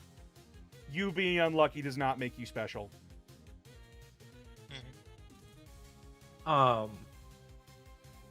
You're just boring in an annoying color scheme of yellow and checkerboard. The chapter I dislike the most, the Black Dragons. Ooh, that's a... Yeah, no, I get that one. Like their whole, so they're the guys who have like bones growing out of their hands and shit. Yeah. Oh, they're one of the 13th founders. Yeah, and like the reason why I dislike them so much is because, again, like with the Lamenters, their whole shtick being, oh, woe is us. It's the same thing for the dragons. It's just, oh, woe is us because mutation. It's like, great. Is that your only shtick? No, we also hate the salamanders for some reason. I don't think that's ever explained. I don't think that's ever explained, actually. Exactly. They just do. I did find a new chapter that I like. Oh. The Tome Keepers. I actually So chat, for those that don't know, on my Patreon, I am doing because I see all of you asking, what about this chapter? What about that chapter? And I can't do long form videos for them. I'm sorry, I can't. There's not enough. But if you go to Patreon, But on Patreon, I can justify it there. Bonuses. I can justify it there because 5-minute videos don't do shit for YouTube, but they do a lot for Patreon. yeah. Also, Cirrus, go fuck yourself. I do like the 13th Founding a lot. Fuck, I like the It's not 13th Exorcists. Curse Founding. It's not 13th Curse Founding. Yeah, it's the 26th that they come from, which is the same one as the Exorcists. It's not that the people here don't like the 13th founding. It's the that 21st Curse Founding because That's it it. rhymes. Yeah, that's it. Not the 26th, the 21st. say the issue with the 13th founding is a lot of those ones are gimmicky, and a lot of them are not as good at their gimmicks as they claim to be. Or again, 15-year-old writing fan fiction, being edgy for edginess sakes. Yeah, no, a lot of them do read either DeviantArt posts and listen. I'm not gonna make fun of teenagers for being cringe because you're a teenager. You're gonna be cringe. Shit happens. Yeah. You're figuring out your feelings, and that results in cringe. Yeah. I've grown taste is why, it's why I didn't say the concordons. I just grew taste. And I don't find chapters that are just extremely overly dark and edgy to be fun. So my interest in the concordons, because I feel the need to defend them for a second here. Oh, no. Is again, yes, they are edgy as shit. I will admit that. The whole we hunt in the dark because no one else will have us. Yeah, shut the fuck up. It's okay, edgy McEdgerson. But just what does a chapter do when it just was straight off cut off from its legion? Yeah, even before chapters existed. That's an interesting concept. I like that. I like the concept. I just again, it comes back to the fan base being fucking annoying and overhyping them, which then gives people the completely wrong idea about them. They're not chat. I've had plenty of people say but isn't he a Primarch? No, Ty Barrows is just a really big dude. Yeah, fucking Is big. in the Ultramarines omnibus, Sergeant, what's his face? I don't remember his name. Yeah, but like it's mentioned in like the first chapter, like he's so big they had a modified Terminator armor for him to wear. Yeah, and like, yeah, no, like the only defining feature of Tiberius is that he's fucking big. Yeah. But he's big for an Astartes, which does that mean the chapter master of the Nova Marines is a Primarch? Because he was rather what does big that make before he got Alfarius cut and down. Omegon then? Exactly. Yeah, because they're technically short. Also, like, Yeah, like they're Astarian Moloch is like meant to be like overly large as well. It's almost like the Forge World characters; they had trouble with scale. yeah. Yeah. It's people can be big and they don't have to be Primarchs, okay? But Yeah. yeah, like my problem with like the Space Sharks is that like they don't play into the fact that like, it's just a lot of things where like they don't play into their abandonment as much as I would like. Yeah, and they I do really stuff do with wish that the we saw Ashen more of that. Claws. They do stuff with the Ashen Claws, which is a group that I am very interested in, but they don't talk about the Ashen Claws. They just say the Space Sharks and the Ashen Claws reluctantly work together in trade. Yeah. And I'm like, I would love to know more Boo. about what exactly are the Ashen Claws. they're Raven Guard guys that were also exiled from the Legion. They went and fucked up the They went and fucked up the Night Lords. Night Lords for a bit, and then buggered off right, and they're the possibly ones built that- their own little pirate empire. Right, they're the ones that defied the orders and went after the Night Lords. Yep. No, they got exiled because Korax was just like, "You're Terranborn, fuck off." Well, he didn't exile them because they were Terranborn. He exiled them because he didn't want Horus's influence in the Legion. Yeah. Because he He didn't trust them.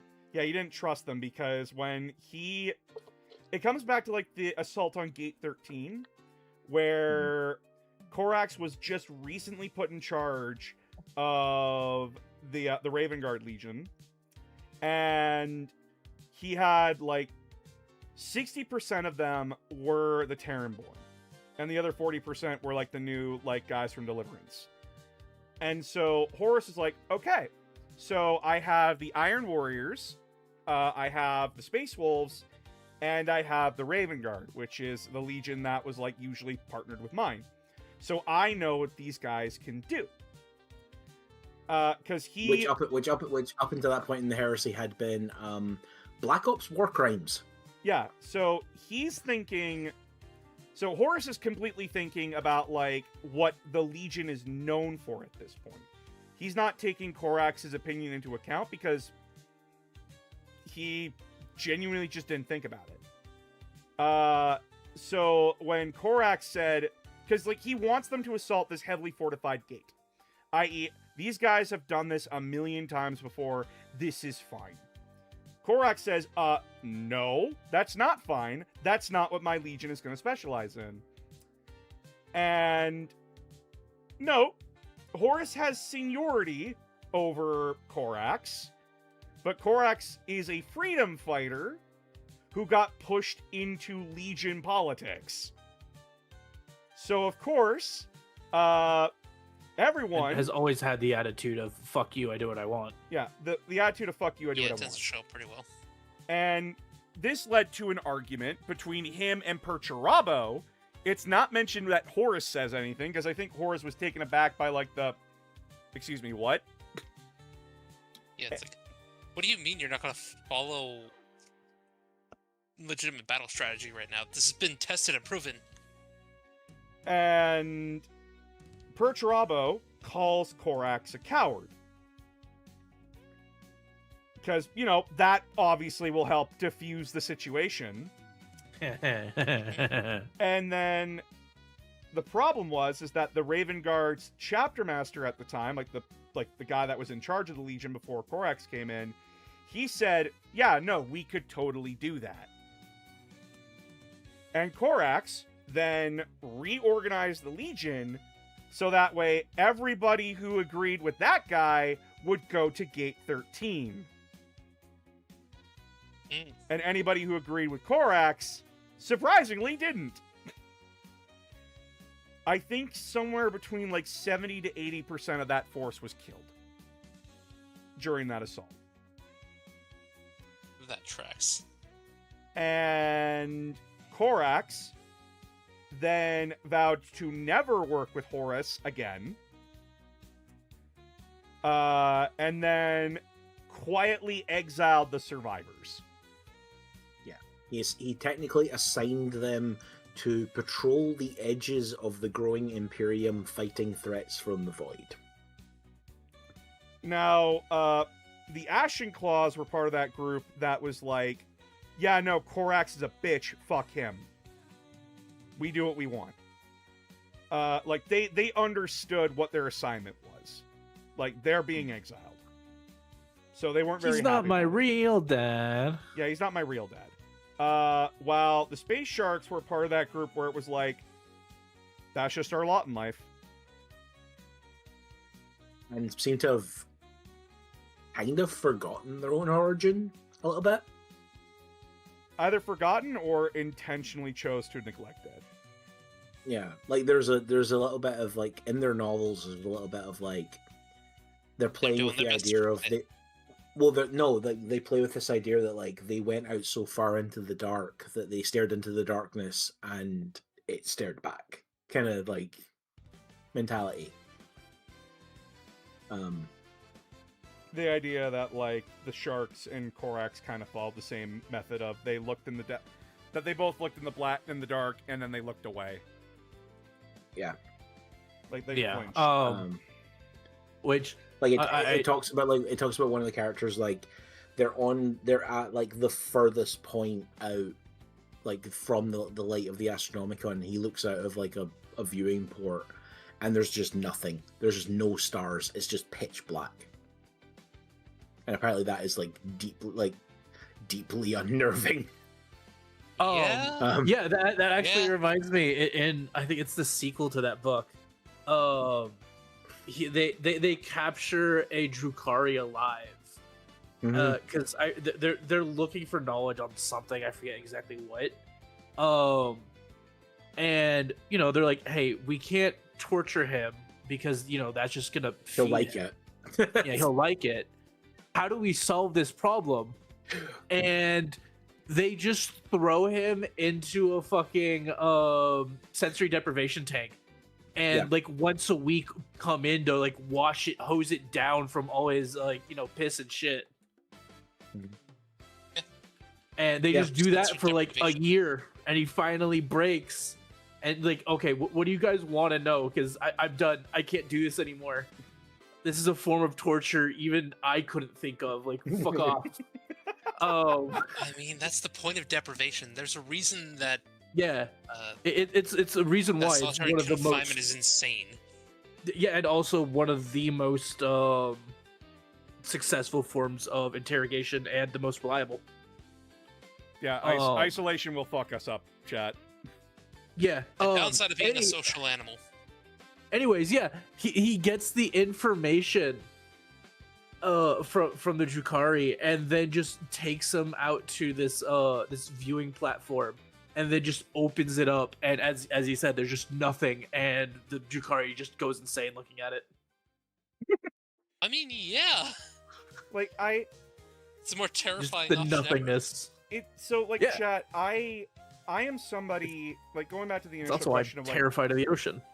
yeah, no, like I have a fear of like the deep ocean too. But so when it comes to like Space Marine where we chapters, go. it's not like a lot of it comes down to, is the chapter interesting? Is it doing something fun within the universe of 40K? Or is it just, this is an edgelord chapter that, yes, understandably would exist in this like scenario? Or does it have something to say about philosophy, like The Exorcist, like, what are we willing to sacrifice for what we believe in kind of thing? Yeah, and a chapter to me, like, chapters that I like, because I don't like the Iron Hands, because I don't like their attitude when it comes to, like, a lot of stuff. But I like the Sons of Medusa.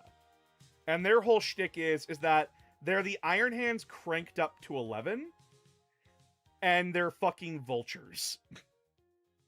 They're dickheads, but they're entertaining. They're the ones meant to represent anger, right? No, they're the guys who are representing, like... So, they're Avarice, almost. Weren't they supposed to be acceptance? they're the embodiment of it's my way or the highway. And... Where on the stages of grief is that? So, Denial. the idea is that, like, the red talons are anger, and the brazen claws are, I think, acceptance. The Sons of Medusa are the Iron Hands that... They're the ones that fell into a different belief system because of their grief, kind of a thing, right? Okay, yeah, avarice, like then, I guess. Yeah, like avarice and, like, indifference. Because they are Iron Hands. They follow, they still follow the ideas of Ferrus Manus and everything. Like, they still believe the flesh is weak. They Very heavy into the machine cult. Yeah, very heavy into the machine cult. But they're the guys that were exiled, right? Like, they're the guys that Yeah. the Iron Hands were just like, okay, you guys are weird. Get out of here. Like, don't attack us. Don't.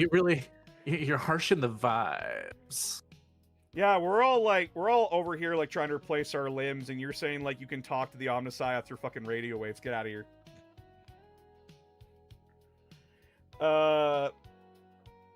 I like them because they're extra. And the fact that, like, their whole thing is that due to who they sided with during a religious schism, it made it so that the Mechanicus refuses to resupply them. So they have to steal their shit. Like, they have to steal other people's shit. But that's but, like, you can just be boring that way.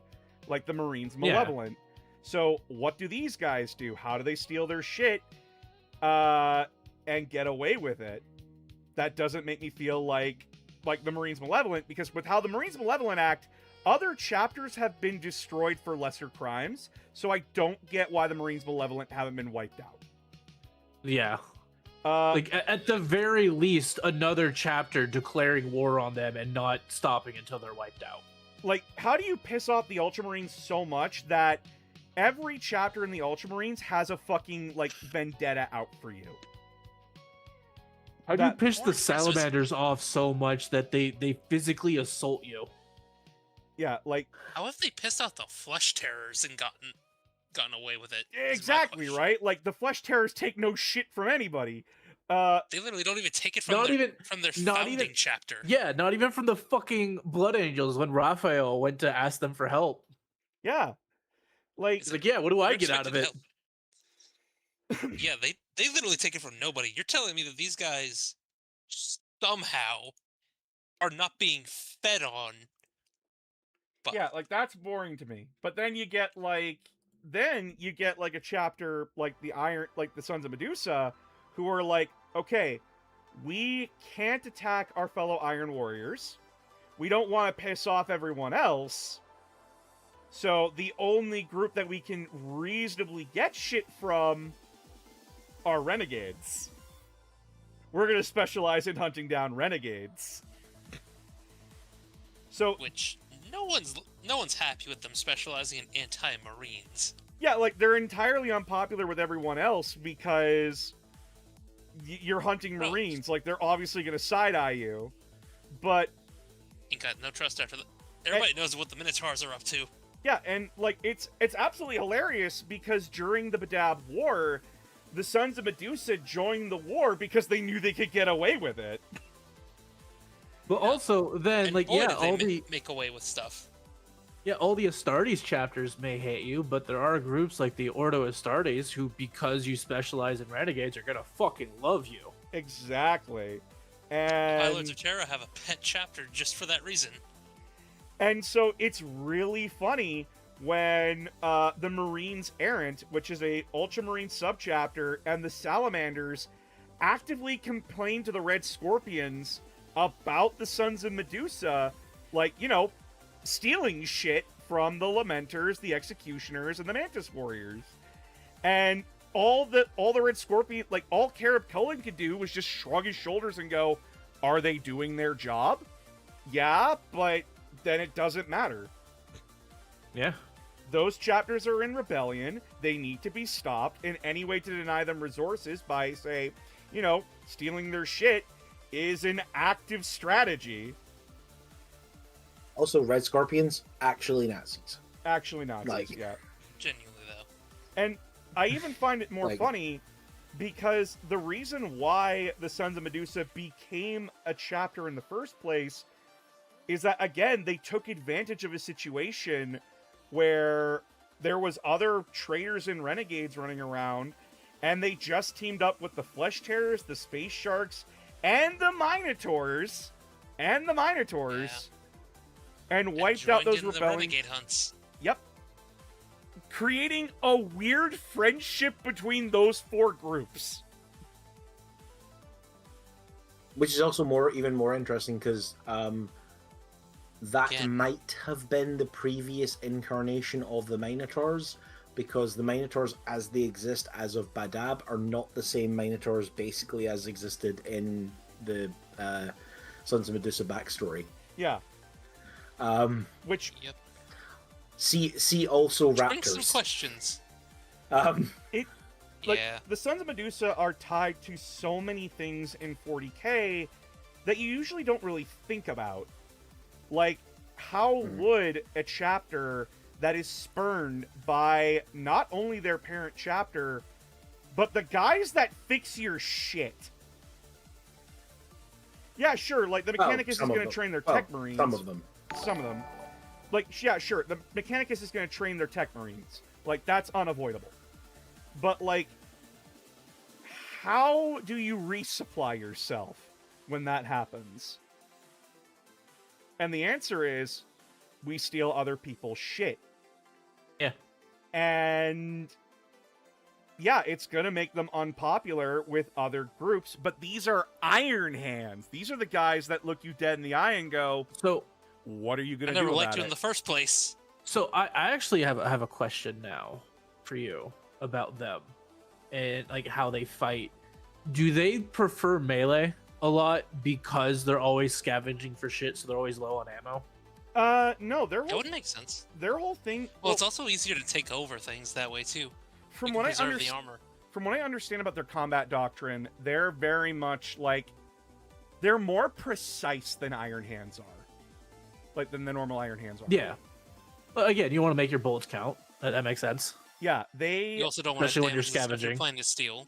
Yeah, Yeah. like their whole thing is that they really like Assault Marines, but not because Assault Oh, Marines yeah. are great in melee combat, but because Assault Marines can land on top of a tank, tear open the hatch, and grab the guy that's driving the tank and pull him out. They really like Terminators because Or, seize an objective before the enemy has a chance to sabotage it. yeah, because guess what? Yep. It's not just Renegade Space Marine chapters. It's also Renegade Forge Worlds. Yeah. Yeah. So I bet they Tychor's- love fucking raiding their They shit. have to absolutely love those moments. Oh yeah, no, they love it. I'm like genuinely waiting for them to like bring in like a piece of background or something for the Sons of Medusa, which is that they routinely paint their armor to look like other minor Space Marine chapters, which is why the Blood Ravens have the reputation that they steal shit. I Oh, That I would actually believe be that. brilliant. I would believe that too. Oh, fuck. That would explain so many times when just these minor chapters that we've heard of before start That acting actually- really weird. Okay, so that now thank you for this conversation because you've just recontextualized a short story in an omnibus for me. Oh, It's I can't remember the name of the short story, but it's in the Gods of Mars omnibus, which I highly recommend. It's a fantastic omnibus about an explorer fleet. But in that, there's a section about a Skitarii on a Forge world undergoing a civil war, and the loyalists are fucking losing. And then, Space Marines show up, and the Skitarii is like, oh, thank fucking God, reinforcements, we might be able to turn this around. Then the Space Marine, who it's later revealed to be a Sons of Medusa Marine. Just kind of laughs at him and says, "You think we're here to save you?" Yeah. Another thing that I like about the Sons of Medusa is how they organize themselves. So, Right, they do the clan structure. oh no, their clan structure is really weird. So, Really? Okay. So for those that So it's don't, not the 12, 11. so yeah, they don't have enough for a. So here's the thing. I think there's 11. So the Sons of Medusa are made up of all of the Iron Hands exiles from the Moray Schism. That includes their sub-chapters, minus the Red Talons. I mean, they were Oh. originally. Now they were originally. Now they're a self-perpetuating thing. Yeah, so they kept the clan structure, but they only have 3 clans. And each clan acts like its own chapter. Because each clan has 3 companies in them. Okay. And So similar to kind of like how the Space Wolves, like how each of the other great companies are semi-independent. yeah, and each clan has their own Iron Thane, which is the equivalent of a chapter master. And then it's pretty much similar to like how a Space Marine chapter runs things at that point. They have a company captain and everything, and so on and so forth. But the chapter, all these clans act independently of one another, but they do come together and have like clan meetings where like the Iron Thanes like discuss what our next move is. Like, what are we doing? And then once they agree on that, they all nod and then leave. So they have Medusa Con every year. Yeah, they have MedusaCon every year. And I like them for that because it breeds a massive amount of difference between each clan of the Sons of Medusa. And all I'm just fucking imagining now at MedusaCon is just like a bazaar, and one other fucking do they still call their Tech Marines Forge Fathers? Yeah. Yeah, just a Forge Father here, like real Ferris Manus Femur here. Get it? Only 12 bolt shells. Only 12 bolt shells. And that's what I like about them is that they took the idea of the Iron Hands and just kind of made it their own thing. Yeah, we're gonna What if follow we a clan took- structure, but we're gonna follow it our own way. What if we took the what if we took the thought experiment all the way? Yeah. I want to know if at Medusa Con you get like certain like Tech Marines like going up to each other and be like, "Look, I'll trade you 4 arcane relics for this, for this repair for kit. that rare chase STC data you've got there." No. Like- They start badge comparison. Yes, actually, Oh, yeah. smart Yeah. move. Mm-hmm. Also, one of the clans has a Viper emblem, and that just reminded me of Clan Viper from BattleTech, and that made me laugh. Ah, yes, the only one that's left in the current time in the homeworlds. Because they murdered all the... Well, actually, sorry. They didn't murder all the others. They were just allied to the people who did, and then they murdered them. See, I've been playing a ton of The Witcher 3, so now all I'm thinking about is School of the Viper for The Witchers. What are you painting? We're currently painting Red Corsair Renegades, but I'm trying to do them as, like... They're Red Corsairs, but you can still see the chapters that they came from. Like, for example, this guy is a Raven Guard. Because, like, he has, like, the white dots on his right shoulder. And a white helmet. And a white helmet. And the next guy that I'm doing is the Son of Medusa.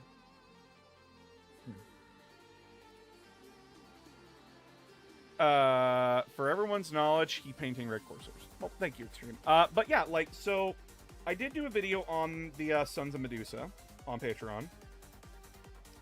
That was very fun. But a new chapter that I kind of just like, kind of fell in love with is the Tome Keepers. I kind of fell in love with them. Is that why you were ranting and raving about them the other day? Yes. Man, it's like I did an entire script for them, and I read them, and I'm like, oh, I actually fuck with this a lot. I actually fuck with this. I always they're like learning interesting. about new Give them that. chapters. They're the idea of let's take the salamanders whole shtick about civilians and actually, do something with it. Mean it. Yeah, actually mean it. So like the Tome Keepers, they're a 4th founding chapter. They were founded after the War of the Beast. And they're an Ultramarine subchapter. I know, shock chat. But their home world, the world that they eventually came to they were rewarded with, is a world where the people's lifespan is only 30 years. Like genetically, they will not survive past age 30.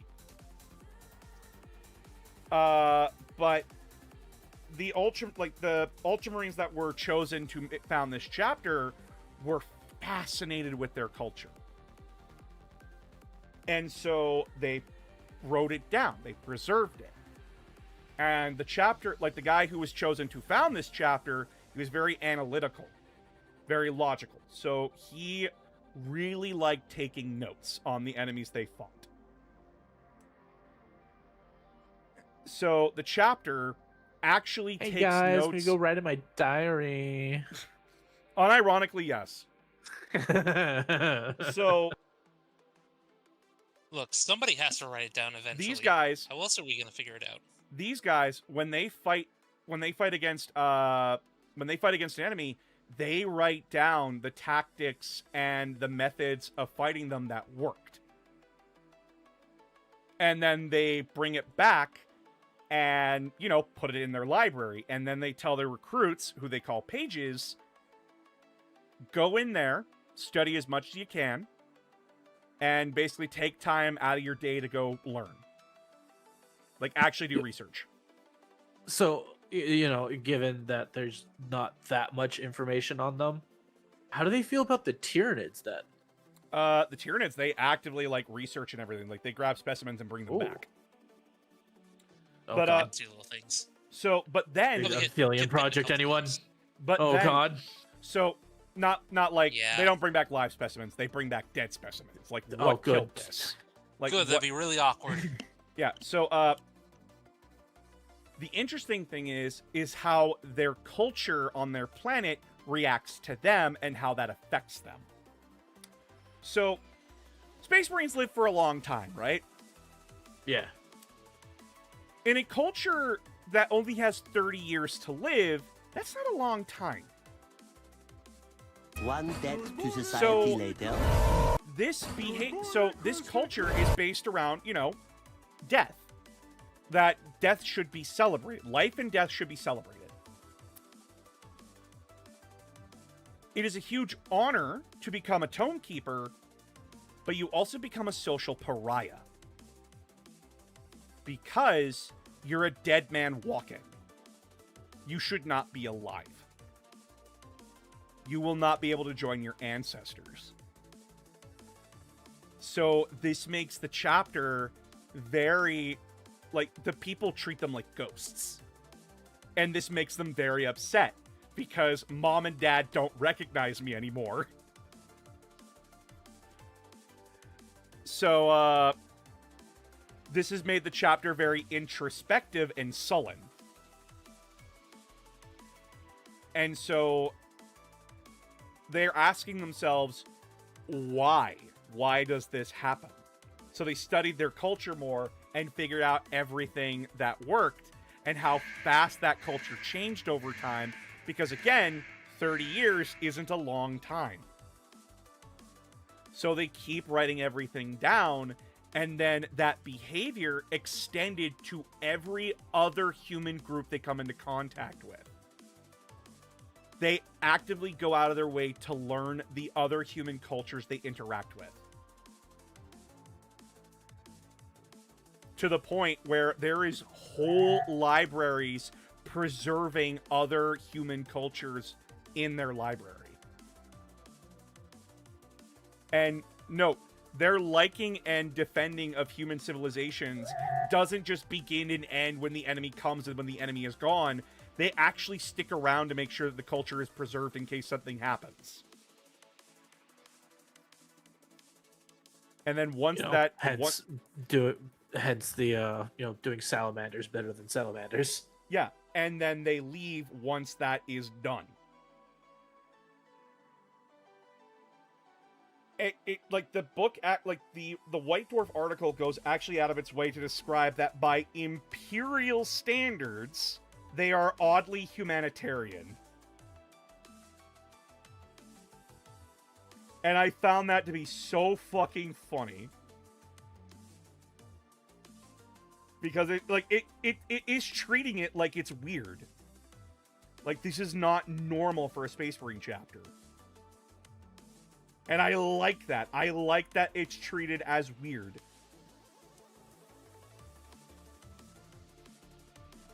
And then it also makes sense for why they're written like that, because they're supposed to be the mascot chapter for White Dwarf. So, of course, a chapter that goes out of its way to learn about, other cultures or, individuals who do different things in a shared empire or community in this instance. And then they go and preserve that knowledge in a book or a tome, one could say, or a magazine.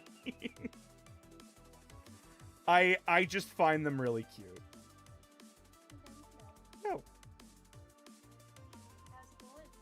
Oh. He's on. Yeah. I'm just breading up the other guys. I'm just like, what's the term there? Like, you put them on a conveyor belt. I don't know what term you're talking about, but I know what you're saying. Yeah, like it's. Yeah. I lost the word. I know what you mean. Wow, you've got a lot of viewers. Holy shit. I know, right? Like we cracked up to like 106. Holy shit. Yeah, because we're just talking like Warhammer and stuff. I mean, valid. Yeah. Their planet orbits a white dwarf, or is what I quickly Googled and I chuckled. Yes! Their planet orbits a white dwarf, which is even funnier because like all their stuff is just references back to the White Dwarf magazine. Like that made me laugh so hard. They're just fun. I like them because they're fun. It's the White Dwarf writers To society having Fucking. fun. I get it. 30 years being their lifespan, because that's the average career for a writer. It's 30 years. Wow, yeah, I get it. Also, it's the amount of time that White Dwarfs been around by the time they were created. Which is really funny. It's the Thank you, Lily, it for was, the they were donation. created around the 30th anniversary of 40k. Yeah. It's Yeah. It's the writers being cheeky and cute, and I like that. That makes the Tome Keepers more fun to me. Oh, you got like a super newbie who doesn't know what White Dwarf is. White Dwarf is the official Warhammer magazine.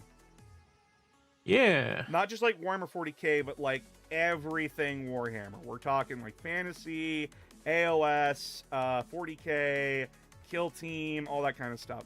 They Basically mostly, everything GW does. yeah, and Because essentially there's every once in a while there's the Lord of the Rings one. I forget what that one's called. That they do. I think it's just called Middle Earth. Oh yeah. But yeah, like, so the idea of the magazine is that it has interviews with like different people that are large in the community. It has customized, like, really cool models from both in-house painters and community members that they want to celebrate in it. Lore. Like extended information and tidbits and fluff for like the universe. Sometimes like they do like chapter focuses and such. Sometimes they have extra missions and stuff for games that you could play in. rules updates. Rules Usually they'll up- have a special edition for that. And essentially it's just like a way for, it's just a fun thing. It's really just for like the harder core 40k like Warhammer fans that want Think of it a like bit more. PC Gamer. Yeah, think about the magazine PC Gamer. Yeah. Are they still a thing, or have they Yeah, also PC got Gamer's still a bankrupt? thing. Okay. What's up? Really? It is quarter after 7. Why? I know. I just want. Yeah, I'm just getting this guy painted red. Okay. If you want to keep going for a while longer, that's okay. I just would need to know so that I can get snacks. No, I plan on cooking you dinner tonight. Don't worry. Okay. I'm getting this guy painted up red before I end stream. But yeah, like that's the idea of White Dwarf, is that it's a little bit of extra stuff for Warhammer that will tell you about like new model releases, interviews about like books and such, with like them interviewing like the guys who wrote the books, whether they be codexes or actual novels, model designers, community members that have done like amazing paint jobs, like Cerberus. For those that don't know, Cerberus is a very talented painter from France who painted the Gatecrashers chapter, which essentially was LGBTQ themed Marines. And his paint jobs are sick, by the way. Like, they're wonderful. And he got into the magazine, and it was genuinely awesome to see.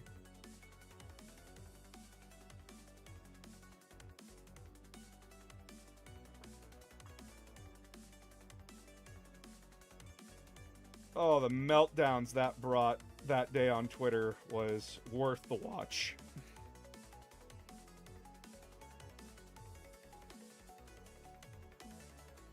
That, like, GW official recognized that as, like, a thing, and it was awesome. He was so, like, Cerberus was so happy.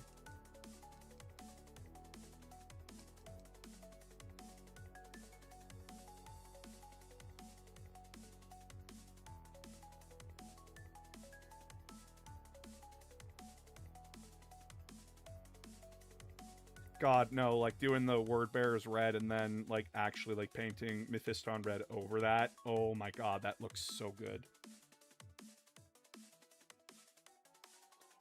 Like that. Oh, that should not look as good as it does. Oh, that's so nice. Why not make one of them a Tome Keeper? I don't have the proper white for that. Cause like their white is supposed to be like it's supposed to be like script white or whatever, like a book, Like an eggshell white. yeah, like an eggshell white. I don't think I have. Okay, yeah. One debt to society later. I have every kind of white, basically. Tips for newbies for 40k. Got my first minis. If you're gonna paint them, I'm going to warn you right now. Your first model is always going to be your worst. Accept it, live it, love it. Your first model is always going to be your worst model. It's okay to watch tutorials. It's okay to watch tutorials. It's okay to... You're new. That's natural. That's going to happen. It's also okay for your first view to copy someone else's design. So you figure out what you like. Yep. You are brand new. You are not going to get things immediately. That's fine. Don't worry about it. Don't stress about it. You are not God. You are not perfect, and that's fine. You will learn. You will grow. It will get better with time. And there's no shame if you don't want to paint your models, you want to hire someone else to do it. There is no shame in how you want to do your army. Always go when painting from light to dark, never dark to light, because to lighten something is going to take 10 times as much paint as it is going to be to darken it. Painting fun fact for you.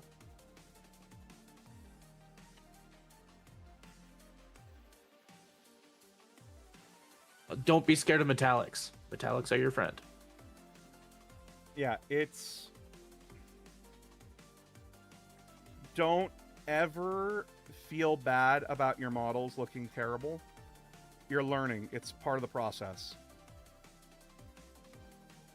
Mistakes happen. There's no correct way to paint a model. Exactly 0. If it works for you, it works for you. And if you're collecting an army, the rule of thumb when you're collecting an army, take your time with it.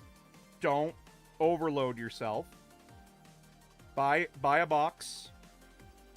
Build everything in that box. And then usually like a combat patrol will have more than enough for you to like play a small game of 40k with. And see if you even like playing the game, or if you just like building and painting the models. There is no wrong way to do this. Yeah, with me, I play 40k very rarely because I have severe ADHD. I lose interest very quickly, so keeping focus for a 3-hour fucking game can sometimes be difficult. So like for example, I'm gonna quickly bring it up. I'm gonna bring up the store.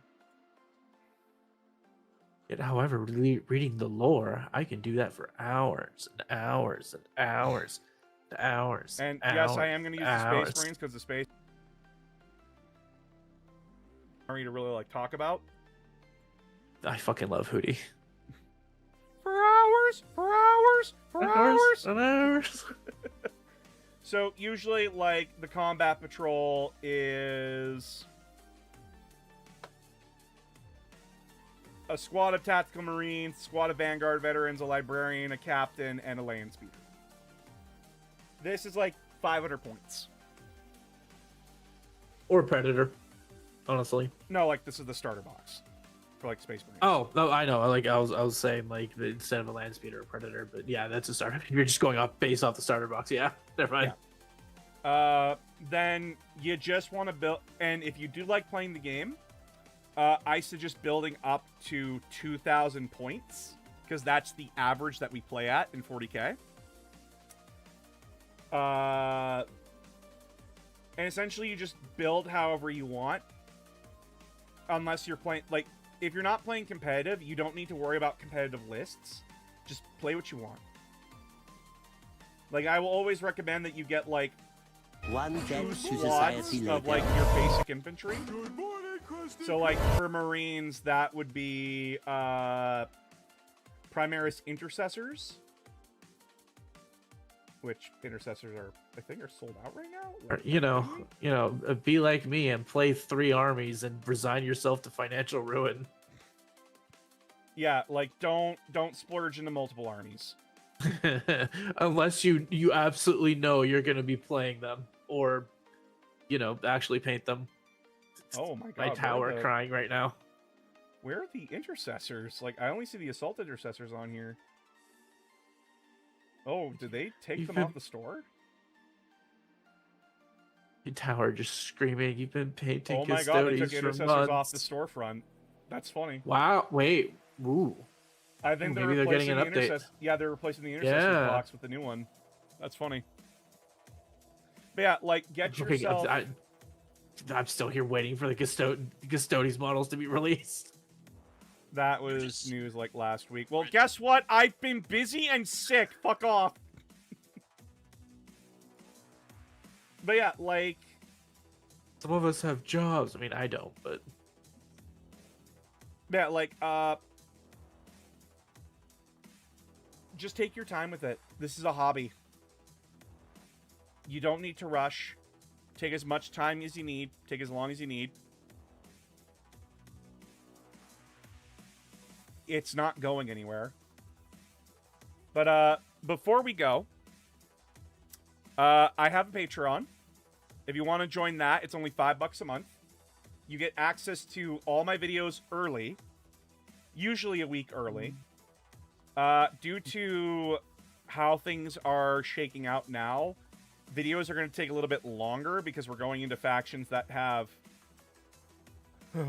ungodly amounts of fucking information that I need to summarize down. But you also get access to, like, other other small videos, like me talking about Space Marine chapters, or me talking about, you know, Battletech stuff, like mech reviews, that kind of thing. You get access to all of this before everyone else does. Hey, but before You also get to vote Yeah, on what we talk about.